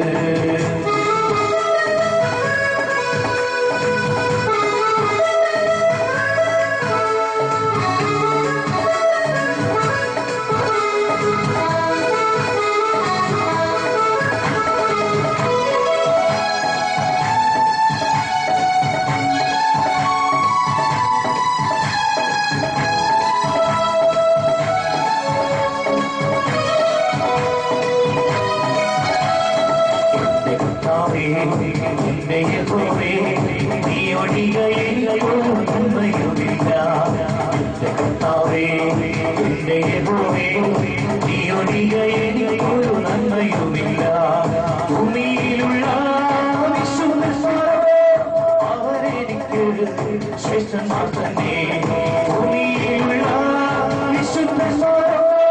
അവരെനിക്ക് ശ്രേഷ്ഠന്മാർ തന്നെ ഹല്ലേലൂയ ഹല്ലേലൂയ ഹല്ലേലൂയ ഹല്ലേലൂയ മഹത്വവും ജ്ഞാനവും സ്തോത്രവും ബഹുമാനവും ശക്തിയും ബലവും യേശുവിനും ആമേൻ മഹത്വവും ജ്ഞാനവും സ്തോത്രവും ബഹുമാനവും ശക്തിയും ബലവും യേശുവിന് യേശു നല്ലവൻ അവൻ വല്ലവൻ അവൻ ദയയോ എന്നുമുള്ളത് യേശു നല്ലവൻ അവൻ വല്ലവൻ അവൻ ദയയോ എന്നുമുള്ളത് തിരുവെള്ളത്തിൽ ഇരച്ചിപ്പോടെ സ്തുതിച്ചിടുക അവന്റെ നാമം തിരുവെള്ളത്തിൽ ഇരച്ചിപ്പോടെ സ്തുതിച്ചിടുക അവന്റെ നാമം ഹല്ലേലൂയ ഹല്ലേലൂയ ഹല്ലേലൂയ ഹല്ലേലൂയ മഹത്വവും ജ്ഞാനവും സ്തോത്രവും ബഹുമാനവും ശക്തിയും ബലവും യേശുവിനും ആമേൻ മഹത്വവും ജ്ഞാനവും സ്തോത്രവും ബഹുമാനവും ശക്തിയും ബലവും യേശുവിനും ആമേൻ മഹത്വവും ജ്ഞാനവും സ്തോത്രവും ബഹുമാനവും ശക്തിയും ബലവും യേശുവിനും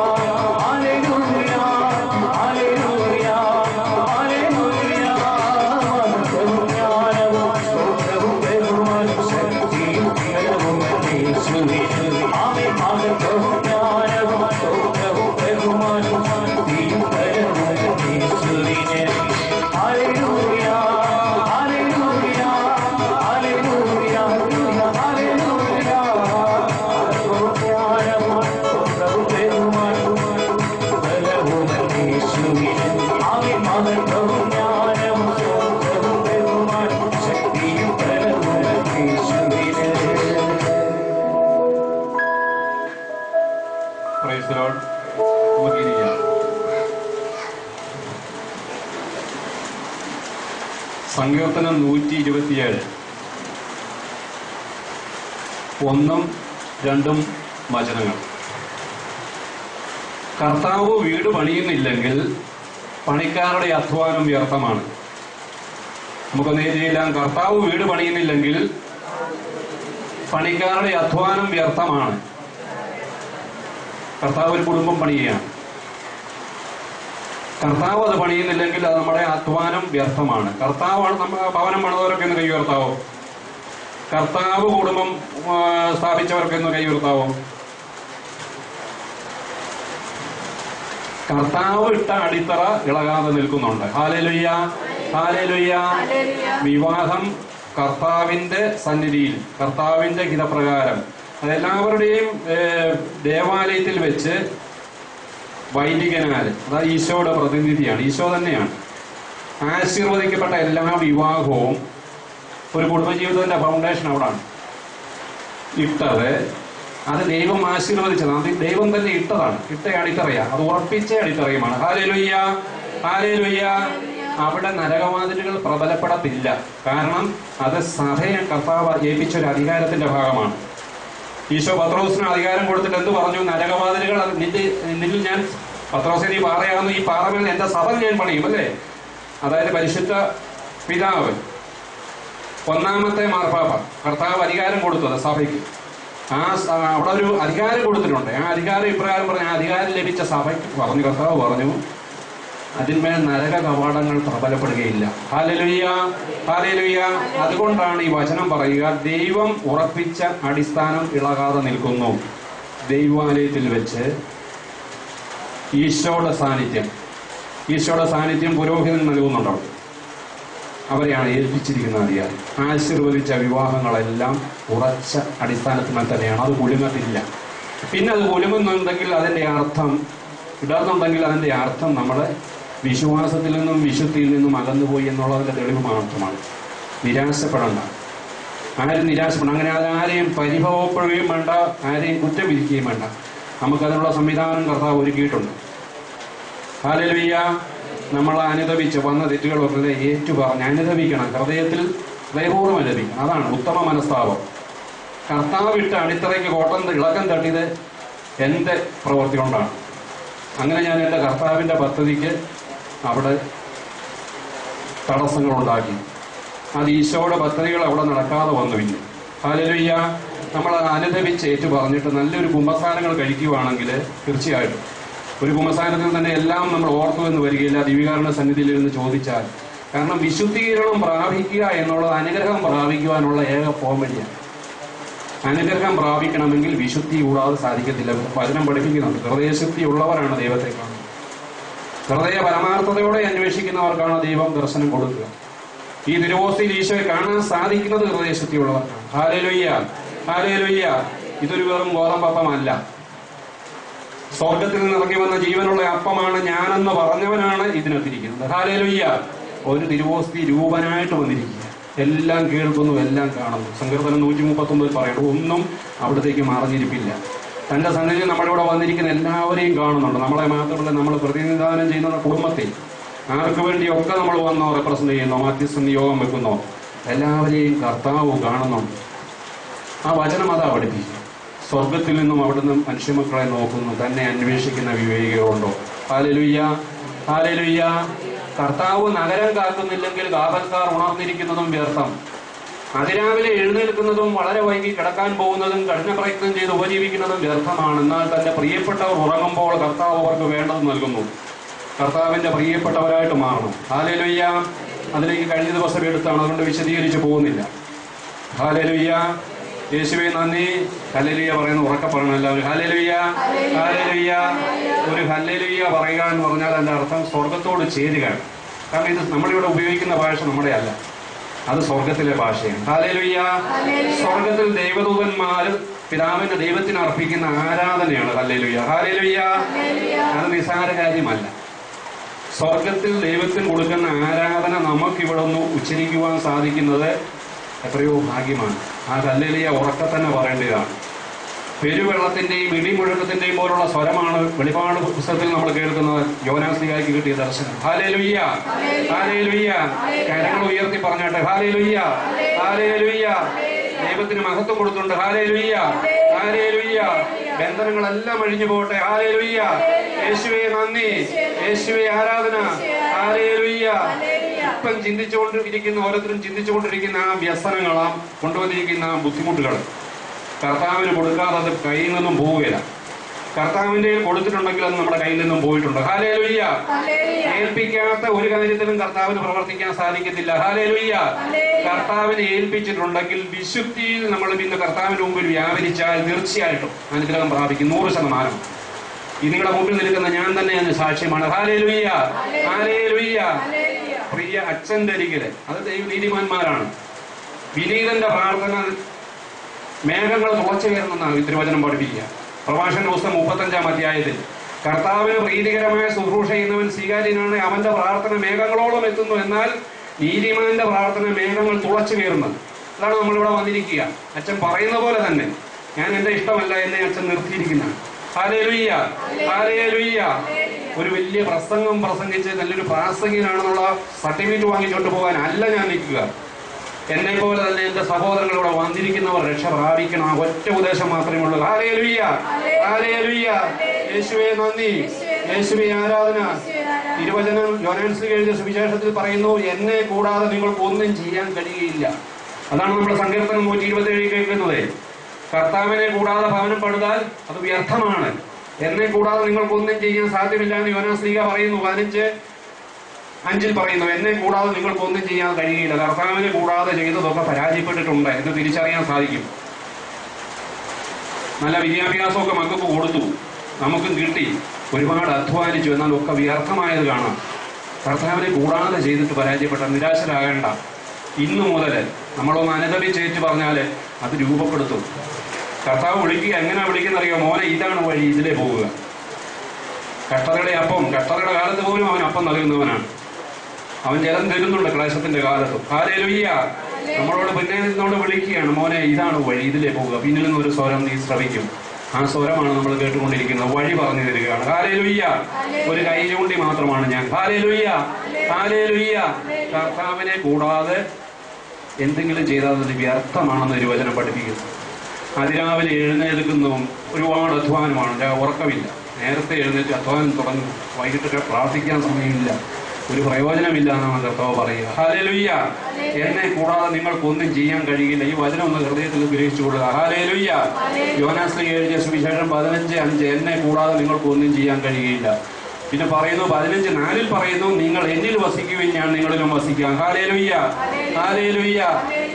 2 ദിനവൃത്താന്തം 15:2 പറയുന്നു, ശ്രദ്ധിച്ചു കേൾക്കുക. 2 ദിനവൃത്താന്തം 15:2, നിങ്ങൾ കർത്താവിനോട് ചേർന്നിരിക്കുന്നിടത്തോളം കാലം അവിടുന്ന് നിങ്ങളോട് കൂടെ ഉണ്ടായിരിക്കും. ഹല്ലേലൂയ. ഒന്നേറ്റ് പറഞ്ഞേ, നിങ്ങൾ കർത്താവിനോട് കൂടെ ചേർന്നിരിക്കുന്നിടത്തോളം കാലം അവിടുന്ന് നിങ്ങളുടെ കൂടെ ഉണ്ടായിരിക്കും. ഹല്ലേലൂയ. ഒന്ന് ഉറക്കെ പറഞ്ഞേ, നിങ്ങൾ കർത്താവിനോട് ചേർന്നിരിക്കുന്നിടത്തോളം കാലം അവിടുന്ന് നിങ്ങളുടെ കൂടെ ഉണ്ടായിരിക്കും. അത് നമുക്ക് നിങ്ങളെന്നുള്ള നമ്മളതൊന്നാക്കി പറഞ്ഞാൽ മതി. നമ്മൾ കർത്താവിനോട് ചേർന്നിരിക്കുന്നിടത്തോളം കാലം അവിടുന്ന് നമ്മളുടെ കൂടെ ഉണ്ടായിരിക്കും. Hallelujah, hallelujah. കരങ്ങൾ ഉയർത്തി ഹല്ലേലൂയ. യേശുവേ നന്ദി. വചനം മാംസം ധരിച്ചു കൊള്ളട്ടെ. Hallelujah, hallelujah. കഴിഞ്ഞ ജീവിതം എങ്ങനെയും ആയിക്കൊള്ളട്ടെ ഇന്നു മുതൽ. ഹല്ലേലൂയ. ഈശോയെ നന്ദി, ഈശോയെ സ്തുതി. എങ്ങനെയാണ് കർത്താവിനോട് ചേർന്നിരിക്കുന്നത്? അതും പറഞ്ഞു തരുന്നുണ്ട്. കർത്താവിനോട് എങ്ങനെ ചേർന്നിരിക്കണം? നിയമാവർത്തന പുസ്തകം 30:20. ഹല്ലേലൂയ. നിയമാവർത്തന പുസ്തകം 30:20 പറയുന്നു, നിന്റെ ദൈവമായ കർത്താവിനെ സ്നേഹിച്ച് അവിടുത്തെ വാക്ക് കേട്ടെ അവിടുത്തോട് ചേർന്ന് നിൽക്കുക. നിനക്കപ്പോൾ ജീവനും ദീർഘായുസ്സും ലഭിക്കും. നമുക്ക് നേരിട്ട് പറയാം, നിന്റെ ദൈവമായ കർത്താവിനെ സ്നേഹിച്ച് അവിടുത്തെ വാക്ക് കേട്ട് അവിടുത്തോട് ചേർന്ന് നിൽക്കുക. അപ്പൊ എന്ത് ലഭിക്കും? ജീവനും ദീർഘായുസ്സും. ഹല്ലേലൂയ. ഇവിടെ കൊണ്ട് തീരുന്നു. ഇവിടെ 180 ജീവിക്കട്ടെ, 100 ജീവിക്കുന്ന അല്ല, നിത്യായുസ്, നിത്യജീവനും നൽകും. ഹല്ലേലൂയ. നിത്യജീവന്റെ പാറയിലേക്ക് പോവുക. അതാണ് സിയോനിലേക്കുള്ള രാജവീതി എന്ന സങ്കീർത്തനം പറയുന്നത്. 184 സങ്കീർത്തനത്തിൽ പറയുന്നുണ്ട്, കർത്താവിൽ ശക്തി കണ്ടെത്തിയവർ ഭാഗ്യവാന്മാർ, അവന്റെ ഹൃദയത്തിൽ നിന്ന് സിയോനിലേക്കുള്ള രാജവീതിയുണ്ട്. ഇത് സിയോനിലേക്കുള്ള രാജവീതിയാണ്. ഇതിലൂടെ അല്ലാതെ ആരും പിതാവിന്റെ അരികിലേക്ക് പോകുന്നില്ല എന്ന് ഈശോ പറഞ്ഞു. ഈശോ നമുക്കിത് തന്നിട്ട് പറഞ്ഞു, എന്നിലൂടെ അല്ലാതെ ആരും പിതാവിന്റെ അരികിലേക്ക് പോകുന്നില്ല. Hallelujah, hallelujah. ഈശോയെ നന്ദി, ഈശോയെ സ്തുതി. ഹല്ലേലൂയയ്ക്ക് സൗണ്ട് പിന്നെയും കുറയുന്നു. Hallelujah, hallelujah. യേശുവേ നന്ദി. എങ്ങനെയാണ് കർത്താവിനോട് ചേർന്നിരിക്കുന്നത്? എഴുതിയെടുത്തൊന്ന് വായിച്ചേ. ഒരാൾ വായിക്കാം. കർത്താവിനോട് ചേർന്ന് നിൽക്കുന്നത് എങ്ങനെയാണെന്ന് നിയമാവർത്തന പുസ്തകം 30-20 വായിക്കുന്നു. നമ്മളൊരു ബൈബിളും കൂടെ ഒക്കെ കൊണ്ടുവന്നാൽ നമുക്കത് പഠിക്കാൻ സാധിക്കും. നിന്റെ ദൈവമായ കർത്താവിനെ സ്നേഹിച്ച് അവിടുത്തെ വാക്ക് കേട്ട്. അവിടുത്തെ വാക്ക് എങ്ങനെ കേൾക്കേണ്ടതെന്ന് നിയമാവർത്തന പുസ്തകം 28 പറഞ്ഞുണ്ട്. സൂക്ഷ്മമായി കേട്ട്, ശ്രദ്ധാപൂർവം കേട്ട്. നിയമാവർത്തന പുസ്തകം 28-ാം അധ്യായം വായിച്ചാൽ അറിയാം എങ്ങനെ കേൾക്കണം, എങ്ങനെ അനുസരിക്കണം. ശ്രദ്ധാപൂർവം വായിച്ച് സൂക്ഷ്മമായി പാലിക്കണം. അല്ലേ? ഹല്ലേലൂയ. യേശുവേ നന്ദി. അവിടുത്തെ വാക്ക് കേട്ട് അവിടുത്തോട് ചേർന്ന് നിൽക്കുക, നിനക്ക് ജീവനും ദീർഘായുസ്സും ലഭിക്കും. എങ്ങനെയാണ് കർത്താവിനെ കണ്ടെത്തി? കർത്താവിനെ സ്നേഹിച്ചെന്ന് പറയുമ്പോൾ എങ്ങനെയാണ്? കർത്താവിനെ സ്നേഹിക്കുന്നു എന്ന് ഞാൻ പറയുന്നു, ഞാൻ കർത്താവിനെ രക്ഷകനും നാഥനുമായിട്ട് സ്വീകരിച്ചു എന്ന് ഞാൻ പറയുമ്പോഴും എവിടെ നിൽക്കുന്നു ഞാൻ? യോനാസ്ലീഹ എഴുതിയ ലേഖനം 1-ാം ലേഖനം 4-ാം അധ്യായം 20-21 വചനങ്ങളിൽ പറയുന്നു. Hallelujah, hallelujah. കേൾക്കുന്നുണ്ടല്ലോ എല്ലാവരും? ശ്രദ്ധിക്കുന്നുണ്ട്.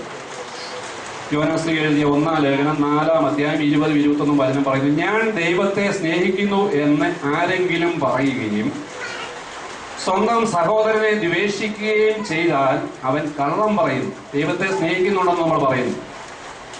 അതിന്റെ ഒരു അളവ് പോലാണ്.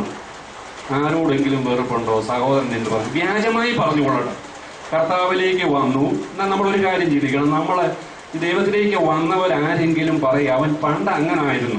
ഇപ്പൊ എന്നെ കുറിച്ച് പറയാം, അവൻ പണ്ട് അങ്ങനെ കള്ളടിച്ച് ഇങ്ങനെ നടന്നവനാണ്, ചില രാഷ്ട്രീയവും ഓടിയൊക്കെ പിടിച്ച് നടന്നവനാണ്, തെമ്മാടിയാണെന്നൊക്കെ പറയുക. പറഞ്ഞോളട്ടെ, ഒരു സങ്കടവുമില്ല. പറഞ്ഞു ലോകം പറയും, വിഷമിക്കണ്ട. എന്നാൽ നമ്മൾ ആത്മാർത്ഥമായി നമ്മളെക്കുറിച്ച് വ്യാജമായിട്ടാണ് പറയുന്നതെങ്കിൽ സന്തോഷിച്ച് കുതിച്ചു ചാടാൻ കർത്താവ് പറയുന്നുണ്ട്. Hallelujah, hallelujah. വചനം പറയുന്നു, ഞാൻ ദൈവത്തെ സ്നേഹിക്കുന്നുവെന്ന് ആരെങ്കിലും പറയുകയും സ്വന്തം സഹോദരനെ ദ്വേഷിക്കുകയും ചെയ്താൽ, അത് നമ്മുടെ കയ്യിലുള്ള അളവുകോൽ, ആ ഉരച്ചു നോക്കിയാൽ മതി. അനുഗ്രഹം പ്രാപിക്കുന്ന തടസ്സം എന്നിൽ, ഞാൻ എന്റെ മുമ്പേ നമ്മൾ കേട്ടു, സഹോദരന്മാർ തമ്മിലുള്ള യോജിപ്പ്, അയൽക്കാർ തമ്മിലുള്ള സൗഹൃദം, ഭാര്യാഭർത്താക്കന്മാർക്ക് പരസ്പരമുള്ള ലയം, ആ ഒന്നിച്ചേരല്, ശാരീരികവും മാനസികവും ആത്മീയവും ഹൃദയൈക്യം, ഹൃദയലാളിത്യം, ഇതെല്ലാം ഉണ്ടോ? അതാണ് യോജിപ്പ് എന്ന് പറഞ്ഞത്. സ്വന്തം സഹോദരനെ ദ്വേഷിക്കുകയും ചെയ്താൽ അവൻ കള്ളം പറയുന്നു. കാരണം കാണപ്പെടുന്ന സഹോദരനെ സ്നേഹിക്കാത്തവന് കാണപ്പെടാത്ത ദൈവത്തെ സ്നേഹിക്കാൻ സാധിക്കുകയില്ല. ഹല്ലേലൂയ. ക്രിസ്റ്റൽ ക്ലിയറായിട്ട് എല്ലാം പറഞ്ഞു തരികയാണ് നമുക്ക്. ക്രിസ്തുവിൽ നിന്ന് ഈ കൽപ്പന നമുക്ക് ലഭിച്ചിരിക്കുന്നു, ദൈവത്തെ സ്നേഹിക്കുന്നവൻ സഹോദരനെയും സ്നേഹിക്കണം. ഹല്ലേലൂയ. ദൈവത്തെ സ്നേഹിക്കുന്നു എന്ന് പറയുന്നവൻ ആത്മശോധന ചെയ്യട്ടെ. കള്ളം പറയുകയാണോ? വചനം അതാ പഠിപ്പിക്കുന്നത്. നീ കള്ളം പറയുകയാണോ? ദൈവസന്നിധിയിൽ ഒന്നും ഒളിച്ചിരിക്കുന്നില്ല. കള്ളം പറഞ്ഞാൽ കർത്താവിനറിയാം, ആരെയും കാണാൻ. അതാണ് വ്യർത്ഥമായിട്ടുള്ള ആരാധന എന്ന് പറയുക. കള്ളഭക്തൻ എന്ന് പറയുന്ന അതാണ്, ദൈവഭക്തനല്ല. അത് കർത്താവിനറിയാം. നമ്മുടെ ഹൃദയവും മന്ത്രിക്കുന്നുണ്ടത്. ഇപ്പോൾ ഇത് പറഞ്ഞുകൊണ്ടിരിക്കുന്ന സമയത്തും നമ്മുടെ മുമ്പിലേക്ക് വരുന്നില്ലേ? നമുക്ക് നീരസമുള്ള വ്യക്തികളെ നമ്മുടെ മുമ്പിൽ വന്ന് നിൽക്കുന്നില്ലേ? ഇത് കേട്ടുകൊണ്ട് നിങ്ങൾ ഉണ്ടോ?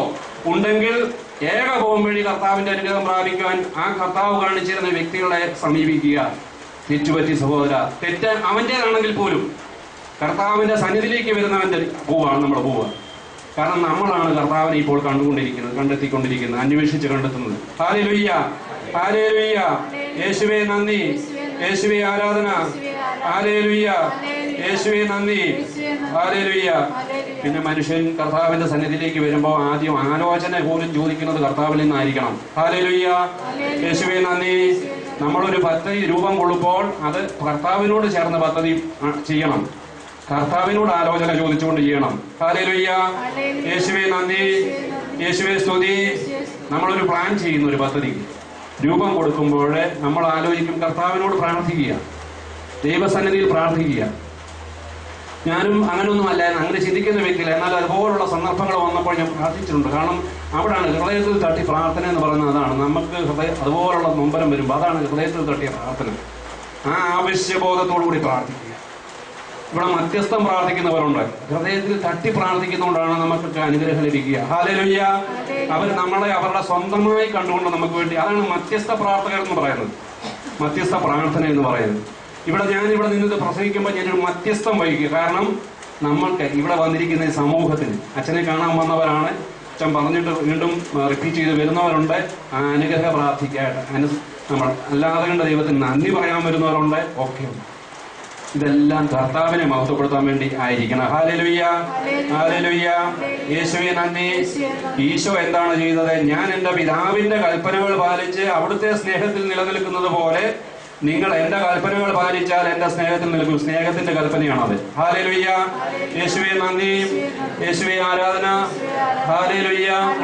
യേശുവേ നന്ദി. തിരുവചനം ഇപ്രകാരം ഓർപ്പിക്കുന്നു: സ്നേഹത്തിൽ ഭയത്തിനിടമില്ല. ആർക്കെങ്കിലും ഭയത്തിന്റെ ആത്മാവ്, പേടിപ്പിക്കുന്ന ആത്മാവ്, എന്തിനേലും ഭയപ്പെടുന്ന ആത്മാവ് ഉള്ളതായിട്ട് കാണും. കാരണം ഭയം പലതുകൊണ്ടും ഭയപ്പെടുന്നു. നാളത്തെ എങ്ങനായി തീരും എന്ന് ഭയപ്പെടുന്നവർ, മക്കളുടെ രോഗങ്ങൾ, ഭർത്താവിന്റെ രോഗം, ഭാര്യയുടെ രോഗം, അമ്മയുടെ രോഗം, മക്കളുടെ രോഗം, ഇങ്ങനെയൊക്കെ പല. ഞാനിപ്പോൾ ഒരു സങ്കടമുണ്ട് എനിക്ക്. എൻ്റെ സഹോദരൻ അപ്പാപ്പൻ്റെ മോൻ ഞായറാഴ്ച ഒരു ഓപ്പറേഷനാണ് ബോംബെയിലൊരു ഹോസ്പിറ്റലിൽ. കാരണം ഒരു ക്ലേശപൂർണമായ ഒരു ഓപ്പറേഷനാണ്. 3 കീമോയും കഴിഞ്ഞതാണ്. അന്നനാളത്തിൽ ഈ ഭാഗത്ത് വെച്ച് കേടുവന്നിരിക്കുക. അതുകൊണ്ട് 10 സെന്റിമീറ്റർ അത് മാറ്റി. കാരണം ഹാർട്ടിന്റെ അടുത്ത ഭാഗത്താണുള്ള ഗ്രോത്തുമുണ്ട്. ആ ഗ്രോത്തും മാറ്റണം. ഇത് മുറിച്ച് അവിടെ റീപ്ലേസ് ചെയ്യാൻ പറ്റത്തില്ല. ഇതിനെ താഴ്ന്ന മുകളിലോട്ട് വലിച്ച് ചേർക്കാനേ പറ്റത്തുള്ളൂ. അങ്ങനെ ഒരു ശസ്ത്രക്രിയ ഈ ഞായറാഴ്ച പല പ്രാവശ്യം മാറ്റി. ഈ 28-ാം തീയതി ഞായറാഴ്ച ആണ്. എന്റെ ആ ആഗ്രഹവും വേദനയും കർത്താവിന്റെ സന്നിധിയിൽ സമർപ്പിച്ചിരിക്കുന്നു. Hallelujah, hallelujah. ദീർഘായുസല്ല, പക്ഷെ അവൻ രക്ഷ പ്രാപിക്കണം. ഞങ്ങള് ഫോണിൽ ഇങ്ങനെ ബന്ധപ്പെടുമ്പോൾ ഞാൻ പ്രാർത്ഥന ചൊല്ലി കൊടുക്കാറുണ്ട്. മരിയോനിൽ പ്രാർത്ഥിക്കുന്നുണ്ട്, മധ്യസ്ഥം പ്രാർത്ഥിക്കുന്നുണ്ട്. ദൈവത്തിന്റെ ഹിതം നിറവേറട്ടെ. ഹല്ലേലൂയ. മരിക്കുന്നതിന് മുമ്പ് നല്ല വിശുദ്ധിയോടുകൂടി മരിക്കാൻ സാധിക്കണം. മരിക്കുകയാണെങ്കിൽ അതിനു മുമ്പ് വിശുദ്ധി, കാരണം അത് കെട്ടിക്കെട്ടിരിക്കുക. ഹല്ലേലൂയ. എനിക്ക് 2ാമത്തെ അറ്റാക്ക് വന്നപ്പോൾ ഞാൻ കോട്ടയം മെഡിക്കൽ കോളേജിലാണ് 1-ാം വാർഡിൽ. അന്ന് ജോസഫ് മാനുവൽ എന്ന ഡോക്ടറെ ചികിത്സിക്കുന്ന സമയത്ത് അദ്ദേഹമാണ് നോക്കുക. അവിടെ വെച്ച് ശ്വാസം മുട്ടലുണ്ടായി. ഓക്സിജൻ തന്നുകൊണ്ടിരിക്കുന്ന സമയത്ത് എന്റെ സഹപ്രവർത്തകർ വന്നു. ഒരു സഹോദരൻ, ഉറ്റ സുഹൃത്തെ ഒരു സഹോദരൻ വന്നിട്ട് എന്നെ മരണത്തിനൊരുക്കി. ഹല്ലേലൂയ. മരണത്തിനൊരുക്കി. ആരെങ്കിലും ചെയ്യാൻ സന്നദ്ധരാകാത്തൊരു കാര്യമാണ് മരണത്തിനൊരുക്കുന്ന ഒരു അവസരം. തന്റെ കൂട്ടുകാരനെ മരണത്തിനൊരുക്കുക. അവന് മനസ്സിലായി ശ്വാസം എടുക്കാൻ ബുദ്ധിമുട്ടുന്നു. 2-3 ശ്വാസം മിസ്സായാൽ മതി, ആള് പോവും. അറിയാം. ഓക്സിജൻ തന്നുകൊണ്ടിരിക്കുകയാണ്. 1997 നവംബർ മാസത്തിൽ കോട്ടയം മെഡിക്കൽ കോളേജിൽ വെച്ച് ദിവസവും എനിക്ക് പരിശുദ്ധ കുർബാന തരുന്നുണ്ട്. ഒരു അച്ഛൻ വന്നു. അത് വേർപാട് ചെയ്താണ്. ആ 1-ാം വാർഡിലേക്ക് അങ്ങനെ അച്ഛൻ, ഒരു പ്രായമുള്ള അച്ഛൻ കടന്നു വരാറില്ല. ഇന്നിടത്തൊരു രോഗിക്ക് കൊടുക്കണം. അവിടെ കുർബാന സ്വീകരിക്കുമ്പോൾ ആ ചുറ്റുവട്ടമുള്ള മറ്റ് അക്രൈസ്തവർ പോലും അവിടെ മുട്ടുകുത്തി നിൽക്കുന്നത് ഞാൻ കണ്ടിട്ടുണ്ട്. ഹല്ലേലൂയ. യേശുവേ നന്ദി. യേശുവേ സ്തുതി. ആ ജീവികാരുടെ ഈശോയാണ് എന്നെ സുഖപ്പെടുത്തിയത്. 2 ബ്ലോക്ക് ഉണ്ടായിട്ട് ഓപ്പറേഷൻ ചെയ്യാനായിട്ട് ചെന്നപ്പോൾ ആൻജിയോപ്ലാസ്റ്റി ചെയ്യാൻ ബാങ്കിൽ നിന്ന് പൈസയും കൊടുത്ത് എന്നെ അവിടെ എത്തിച്ചു. ബാങ്കിൽ നിന്ന് തന്നെ പൈസ അവരെ അഡ്വാൻസ് കൊടുത്തു പരിമല ഹോസ്പിറ്റലിലേക്ക്. അവിടെ ചെന്നപ്പോൾ നേരത്തെ ആൻജിയോപ്ലാസ്റ്റിയിൽ കണ്ടിരുന്ന 2 ബ്ലോക്ക് 2 മാസം കഴിഞ്ഞ് ചെന്നപ്പോൾ ആ 2 ബ്ലോക്ക് അത് അപ്രത്യക്ഷമായിരിക്കുന്നു. വീണ്ടും CD ഇട്ട് കാണിച്ചു. CD മാറിപ്പോയതല്ല എന്നെ ബോധ്യപ്പെടുത്താൻ അന്ന് തന്നെ കാണിച്ചു. ഉണ്ടായിരുന്ന 2 ബ്ലോക്കുകൾ കാണാനില്ല. ഹല്ലേലൂയ. ആൻജിയോഗ്രാം ചെയ്തതിന്റെ പൈസ മാത്രം അവരെടുത്തിട്ട് ബാക്കി ബാങ്കിലേക്ക് മടക്കി അയച്ചു കൊടുത്തു. കയ്യിലല്ല, അത് ബൈ പോസ്റ്റ് ചെയ്യുന്ന ഒരു രീതിയുണ്ട് ബാങ്കുകൾ തമ്മിൽ. ഹല്ലേലൂയ. എത്ര ഭാരപ്പെട്ടതും അസാധ്യമെന്ന് ഡോക്ടർമാര് വിരിച്ചത് പോലും ഈ ഏറ്റവും വൈദ്യരുടെ വൈദ്യർ ഇവിടെ ഇരിപ്പുണ്ട്. ഹല്ലേലൂയ. നിരാശപ്പെടരുത്. എത്രത്തോളം അവിടത്തോട് ചേർന്ന് നിൽക്കുന്നോ നമ്മുടെ കാര്യങ്ങൾ അവിടെ നിന്ന് നോക്കും. ഹല്ലേലൂയ. യേശുവേ നന്ദി. ഹല്ലേലൂയ. മനുഷ്യൻ പദ്ധതികൾ വിഭാവനം ചെയ്യുന്നു. അന്തിമമായ തീരുമാനം കർത്താവിൻ്റെതത്രേ. തിരുവചനം സുഭാഷിതം 16-ാം അധ്യായം 1-ാം വചനം പഠിപ്പിക്കുന്നു. മനുഷ്യൻ പദ്ധതികൾ വിഭാവനം ചെയ്യുന്നു. Final decision ആരുടെയാണ്? അന്തിമമായ തീരുമാനം കർത്താവിൻ്റെതാണ്. നിന്റെ പ്രയത്നം കർത്താവിൽ അർപ്പിക്കുക, നിന്റെ പദ്ധതികൾ ഫലമണിയും. ഹല്ലേലൂയ. നമ്മുടെ കർത്താവിനോട് ചേർന്ന് ആലോചന ചോദിച്ചിട്ട് പദ്ധതിക്ക് രൂപം കൊടുത്ത് അത് ഏർപ്പെടുത്തിയാൽ, കർത്താവിനും സമർപ്പിച്ചാൽ അത് ഫലമണിയുമെന്നാണ് പറഞ്ഞത്. ഹല്ലേലൂയ. യേശുവേ നന്ദി. ആലോചന ഉപയോഗിച്ചിട്ട് സത്യദൈവത്തിന്റെ അരികിലേക്ക് തന്നെ പോകണം. ദിവ്യകാരുണ്യ ഈശോയുടെ അരികിലേക്ക്, പരിശുദ്ധ ബലിയിലേക്ക്, കർത്താവിന്റെ അഭിഷേകത്തിനോട് ചേർന്ന് നമ്മൾ പ്രാർത്ഥിക്കണം. പരിശുദ്ധ അമ്മയുടെ മധ്യസ്ഥം പ്രാർത്ഥിക്കണം. ഹല്ലേലൂയ. യെശയ്യായുടെ പ്രവചനം 31:1 ഇപ്രകാരം പറയുന്നു: കർത്താവിനോട് ആലോചന ചോദിക്കുകയോ ഇസ്രായേലിന്റെ പരിശുദ്ധത്തിലേക്ക് ദൃഷ്ടി ഉയർത്തുകയോ ചെയ്യാതെ സഹായം തേടി ഈജിപ്തിലേക്ക് പോവുകയും അന്യദേവന്മാരുടെ അടുത്തേക്ക് പോവുകയും സത്യദൈവത്തിന്റെ അരികിലേക്ക് പോരാതെ കൊണ്ട് സ്വന്തമായ ആലോചന, മനുഷ്യന്റെ ശക്തിയിൽ ആശ്രയിക്കുക. അതാണ് പറയുന്നത്. ഈജിപ്തിലേക്ക് പോവുകയും കുതിരയിൽ ആശ്രയിക്കുകയും രഥങ്ങളുടെ എണ്ണത്തിലും കുതിരപ്പടയാളികളുടെ കരുത്തിലും വിശ്വാസം അർപ്പിക്കുകയും ചെയ്യുന്നവർക്ക് എന്താണ് ദുരിതം? അവർക്ക് ദുരിതം എന്ന് പറയുന്നു. ജെറമ്യായുടെ പ്രവചനത്തിലും പറയുന്നു 17:5 കർത്താവ് അരുളി ചെയ്യുന്നു: മനുഷ്യനെ ആശ്രയിക്കുകയും ശരീരശക്തിയെ അവലംബമാക്കുകയും ചെയ്ത് കർത്താവിൽ നിന്ന് ഹൃദയം തിരിക്കുന്നവൻ ശക്തൻ, അവന് ശപിക്കപ്പെട്ടവൻ. നമ്മൾ ഈ അടുത്ത ബുധനാഴ്ച ഇവിടെ ഒരു കോട്ടയിലുള്ള ഒരു അച്ഛൻ ഇവിടെ വന്ന് ധ്യാനിപ്പിച്ചു. വചനം സന്ദേശം നമുക്ക് നൽകി. അവിടെ പറഞ്ഞ സന്ദേശമാണ് ജെറമ്യ 17:5 ഈ നാളുകളിൽ കർത്താവ് നൽകിക്കൊണ്ടിരുന്ന സന്ദേശമാണ്. ഞാൻ അങ്ങോട്ട് അച്ഛനെ കൊണ്ട് തിരികെ അവിടെ കൊണ്ടാക്കുവാൻ പോകുമ്പോൾ ഞാൻ അച്ഛനോട് പറഞ്ഞു, കർത്താവിന്റെ പരിശുദ്ധാത്മാവിന്റെ വലിയ പ്രവർത്തനമാണ് ഈ നാളിൽ. അച്ഛനോട് സംസാരിച്ച വചനം തന്നെ കർത്താവ് ഇവിടെ സംസാരിച്ചുകൊണ്ടിരിക്കുന്നു. ഹല്ലേലൂയ. ഏക ആത്മാവിന്റെ പ്രവർത്തനം. ഒന്ന് ഉറക്കെ പറഞ്ഞേ, ഹല്ലേലൂയ, ഹല്ലേലൂയ, ഹല്ലേലൂയ. കർത്താവ് അരുളി ചെയ്യുന്നു: മനുഷ്യനെ ആശ്രയിക്കുകയും ശരീരശക്തിയെ അവലംബമാക്കുകയും ചെയ്ത് കർത്താവിൽ നിന്ന് ഹൃദയം തിരിക്കുന്നവൻ ശപിക്കപ്പെട്ടവൻ, അവൻ മരുഭൂമിയിലെ കുറ്റിച്ചെടി പോലെയാണ്. 17:7 പറയുന്നു: കർത്താവിൽ ആശ്രയിക്കുന്നവൻ അനുഗ്രഹീതൻ. ഹല്ലേലൂയ. അവന്റെ പ്രത്യാശ അവിടുന്ന് തന്നെ. അവൻ ആറ്റുതീരത്ത് നട്ട മരം പോലെയാണ്. അത് ഫലപുഷ്ടമായിരിക്കും, അത് ഫലം പുറപ്പെടുവിക്കുന്നതായിരിക്കും. ഹല്ലേലൂയ. കാരണം അത് വെള്ളത്തിലേക്ക് വേരൂന്നിയിരിക്കുന്നു. എസെക്കിയേലിന്റെ പ്രവചനം 47 ഒന്നെടുക്കുകയാണ്. എസെക്കിയേൽ പ്രവചനം. നമ്മൾ കർത്താവിനെ തേടി എവിടെ പോകണം അതിനെക്കുറിച്ചൊരു കാര്യം പറയണം. യെശയ്യാ പ്രവാചകൻ വെളിപാട് ലഭിച്ചു. യെശയ്യാ പ്രവാചകൻ കണ്ടു, ദേവാലയത്തിലായിരുന്നപ്പോൾ ദൈവത്തിന്റെ മഹത്വം ദർശിച്ചു. കർത്താവിന്റെ മഹത്വം ദർശിച്ചപ്പോൾ യെശയ്യാ പ്രവാചകൻ പറഞ്ഞു: ഓ, എനിക്ക് ദുരിതം, ഞാൻ അശുദ്ധമായ അധരങ്ങളുള്ളവനും അശുദ്ധമായ അധരങ്ങളുള്ളവരുടെ മധ്യേ വസിക്കുന്നവനുമാണ്. എന്ത് സംഭവിച്ചു? സറാഫുകളിൽ ഒന്നൊരു പൊടിയിൽ കൊണ്ട് ഒരു തീക്കനൽ കൊണ്ടുവന്ന് യെശയ്യാ പ്രവാചകന്റെ അധരത്തിൽ സ്പർശിച്ചിട്ട് പറഞ്ഞു: നിനക്ക് ശുദ്ധി ഉണ്ടായിരിക്കുന്നു. Hallelujah, hallelujah. നമ്മൾ അനുദപിച്ച നമ്മുടെ പാപങ്ങൾ, ഹോ എനിക്ക് ദുരിതം, ഞാൻ അശുദ്ധമായ അധരങ്ങളുള്ളവനും അശുദ്ധമായ അധരങ്ങൾ പാപം ചെയ്ത് കൂട്ടുന്നവനാണ് ഏറ്റു പറഞ്ഞ് ഉപേക്ഷിച്ചുകൊണ്ട് കർത്തൃസന്നിധിയിലേക്ക് വരുമ്പോൾ അവിടുന്ന് അനുഗ്രഹം ചെയ്യും. ഹല്ലേലൂയ. യേശുവേ നന്ദി, യേശുവേ ആരാധന. എസെക്കിയേൽ പ്രവാചകന് ഒരു സന്ദർശനമുണ്ടായി, ഒരു ദർശനമുണ്ടായി. 47 ഞാൻ വായിക്കാം. പിന്നെ അവൻ എന്നെ ദേവാലയ വാതിക്കലേക്ക് തിരികെ കൊണ്ടുവന്നു. അതാ ദേവാലയ ഭൂമുഖത്തിന്റെ അടിയിൽ നിന്ന് കിഴക്കോട്ട് വെള്ളം ഒഴുകുന്നു. ദേവാലയത്തിന്റെ ദർശനം കിഴക്കോട്ടാണ്. ദേവാലയ ഭൂമുഖത്തിന്റെ വലതുഭാഗത്ത് ബലിപീഠത്തിന്റെ തെക്കുവശത്ത് അടിയിൽ നിന്ന് വെള്ളം ഒഴുകിക്കൊണ്ടിരുന്നു. ഹല്ലേലൂയ. ദേവാലയത്തിന്റെ തെക്കുവശത്ത്, ബലിപീഠത്തിന്റെ തെക്കുവശത്ത് അടിയിൽ നിന്ന് വെള്ളം ഒഴുകിക്കൊണ്ടിരുന്നു. അതാണ് കൃപയുടെ നീർച്ചാൽ. 2ാം വത്തിക്കാൻ കൗൺസിലിന്റെ പ്രമാണരേഖ, ആരാധനക്രമത്തേക്കുള്ള പ്രമാണരേഖയിൽ പറയുന്നുണ്ട്, ദേവാലയത്തിൽ നിന്ന്, പരിശുദ്ധ ബലിയിൽ നിന്ന് അനുഗ്രഹത്തിന്റെ ഉറവ ഒഴുകുന്നു. Hallelujah, hallelujah. അത് തന്നെ ഇവിടെ പറയുക. ദേവാലയ ഭൂമുഖത്തിന്റെ വലതുഭാഗത്ത് ബലിപീഠത്തിന്റെ തെക്കുവശത്തെ അടിയിൽ നിന്ന് വെള്ളം ഒഴുകിക്കൊണ്ടിരുന്നു. പിന്നെ അവൻ എന്നെ വടക്കേ പടിപ്പുരയിലേക്ക് പുറത്തു കൊണ്ടുവരികയും കിഴക്കേ പടിപ്പുരയിലേക്ക് പുറത്തുകൂടെ നയിക്കുകയും ചെയ്തു. വെള്ളം തെക്കുവശത്തുകൂടെ ഒഴുകിയിരുന്നു. കയ്യിൽ ചരടുമായി അവൻ കിഴക്കോട്ട് നടന്ന് 1000 മുഴം അളന്നു. ഹല്ലേലൂയ.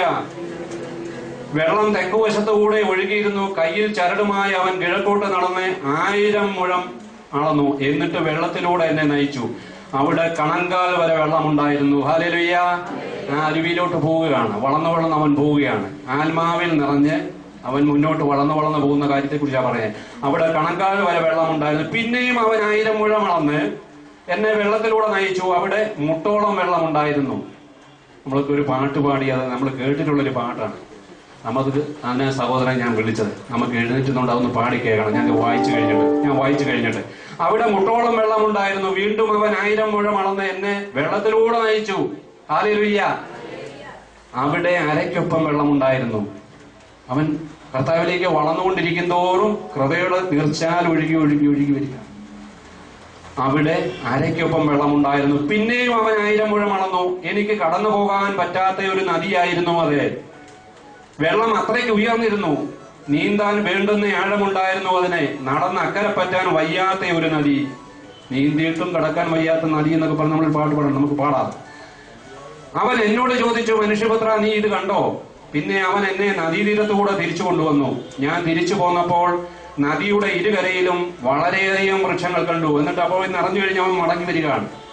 മടങ്ങി വരുന്ന വേളയിൽ കാണുന്നതാണ്. അവൻ എന്നോട് പറഞ്ഞു, ഈ വെള്ളം കിഴക്കൻ പ്രദേശങ്ങളിലേക്ക് ഒഴുകി അരാബായിൽ ചേരുമ്പോൾ കെട്ടിക്കിടക്കുന്ന കടലിൽ ചെന്ന് അതിനെ ശുദ്ധജലമാകുന്നു. കെട്ടിക്കിടക്കുന്ന ജലം പ്രയോജനരഹിതമായിട്ട് ഒഴുക്കില്ലാത്ത, ഹല്ലേലൂയ, നിർഗുണമായി, ഒരു ഉണർവില്ലാത്ത. ഈശോ പറയുന്നില്ല തിരുവചനത്തിലെ, നിനക്ക് എന്നോട് ഉണ്ടായിരുന്ന പഴയ സ്നേഹം ഇപ്പോൾ ഇല്ല, അത് കാരണം ഞാൻ നിന്നെ തൂപ്പിക്കളയുന്നു. കണ്ടോ, ഇവിടെ പറയുന്നു, ആരാബായിൽ ചേരുമ്പോൾ കെട്ടിക്കിടക്കുന്ന കടലിൽ ചെന്ന് അതിനെ ശുദ്ധജലമാക്കുന്നു. Hallelujah, hallelujah. നദി ഒഴുകുന്നിടത്തെല്ലാം ജീവജാലങ്ങൾ പറ്റം ചേർന്ന് ജീവിക്കുന്നു. ഹല്ലേലൂയ. അതാണ് ഈശോ പറഞ്ഞത്.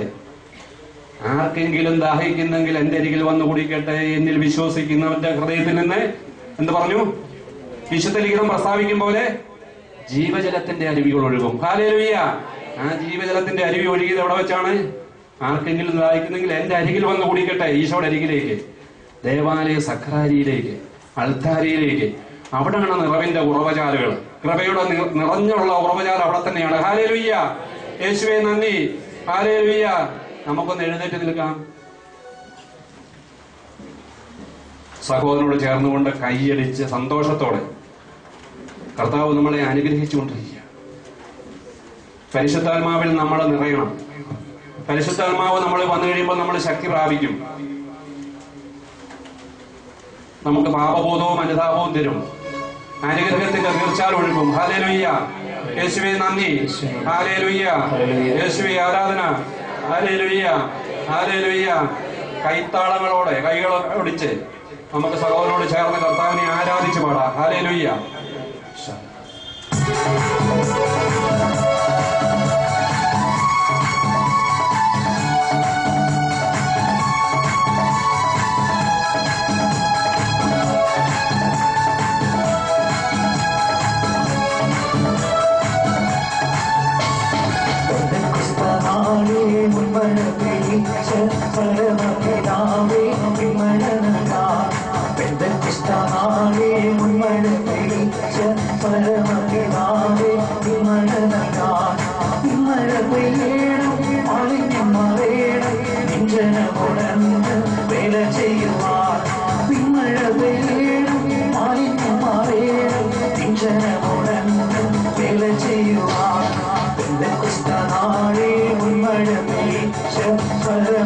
Naare,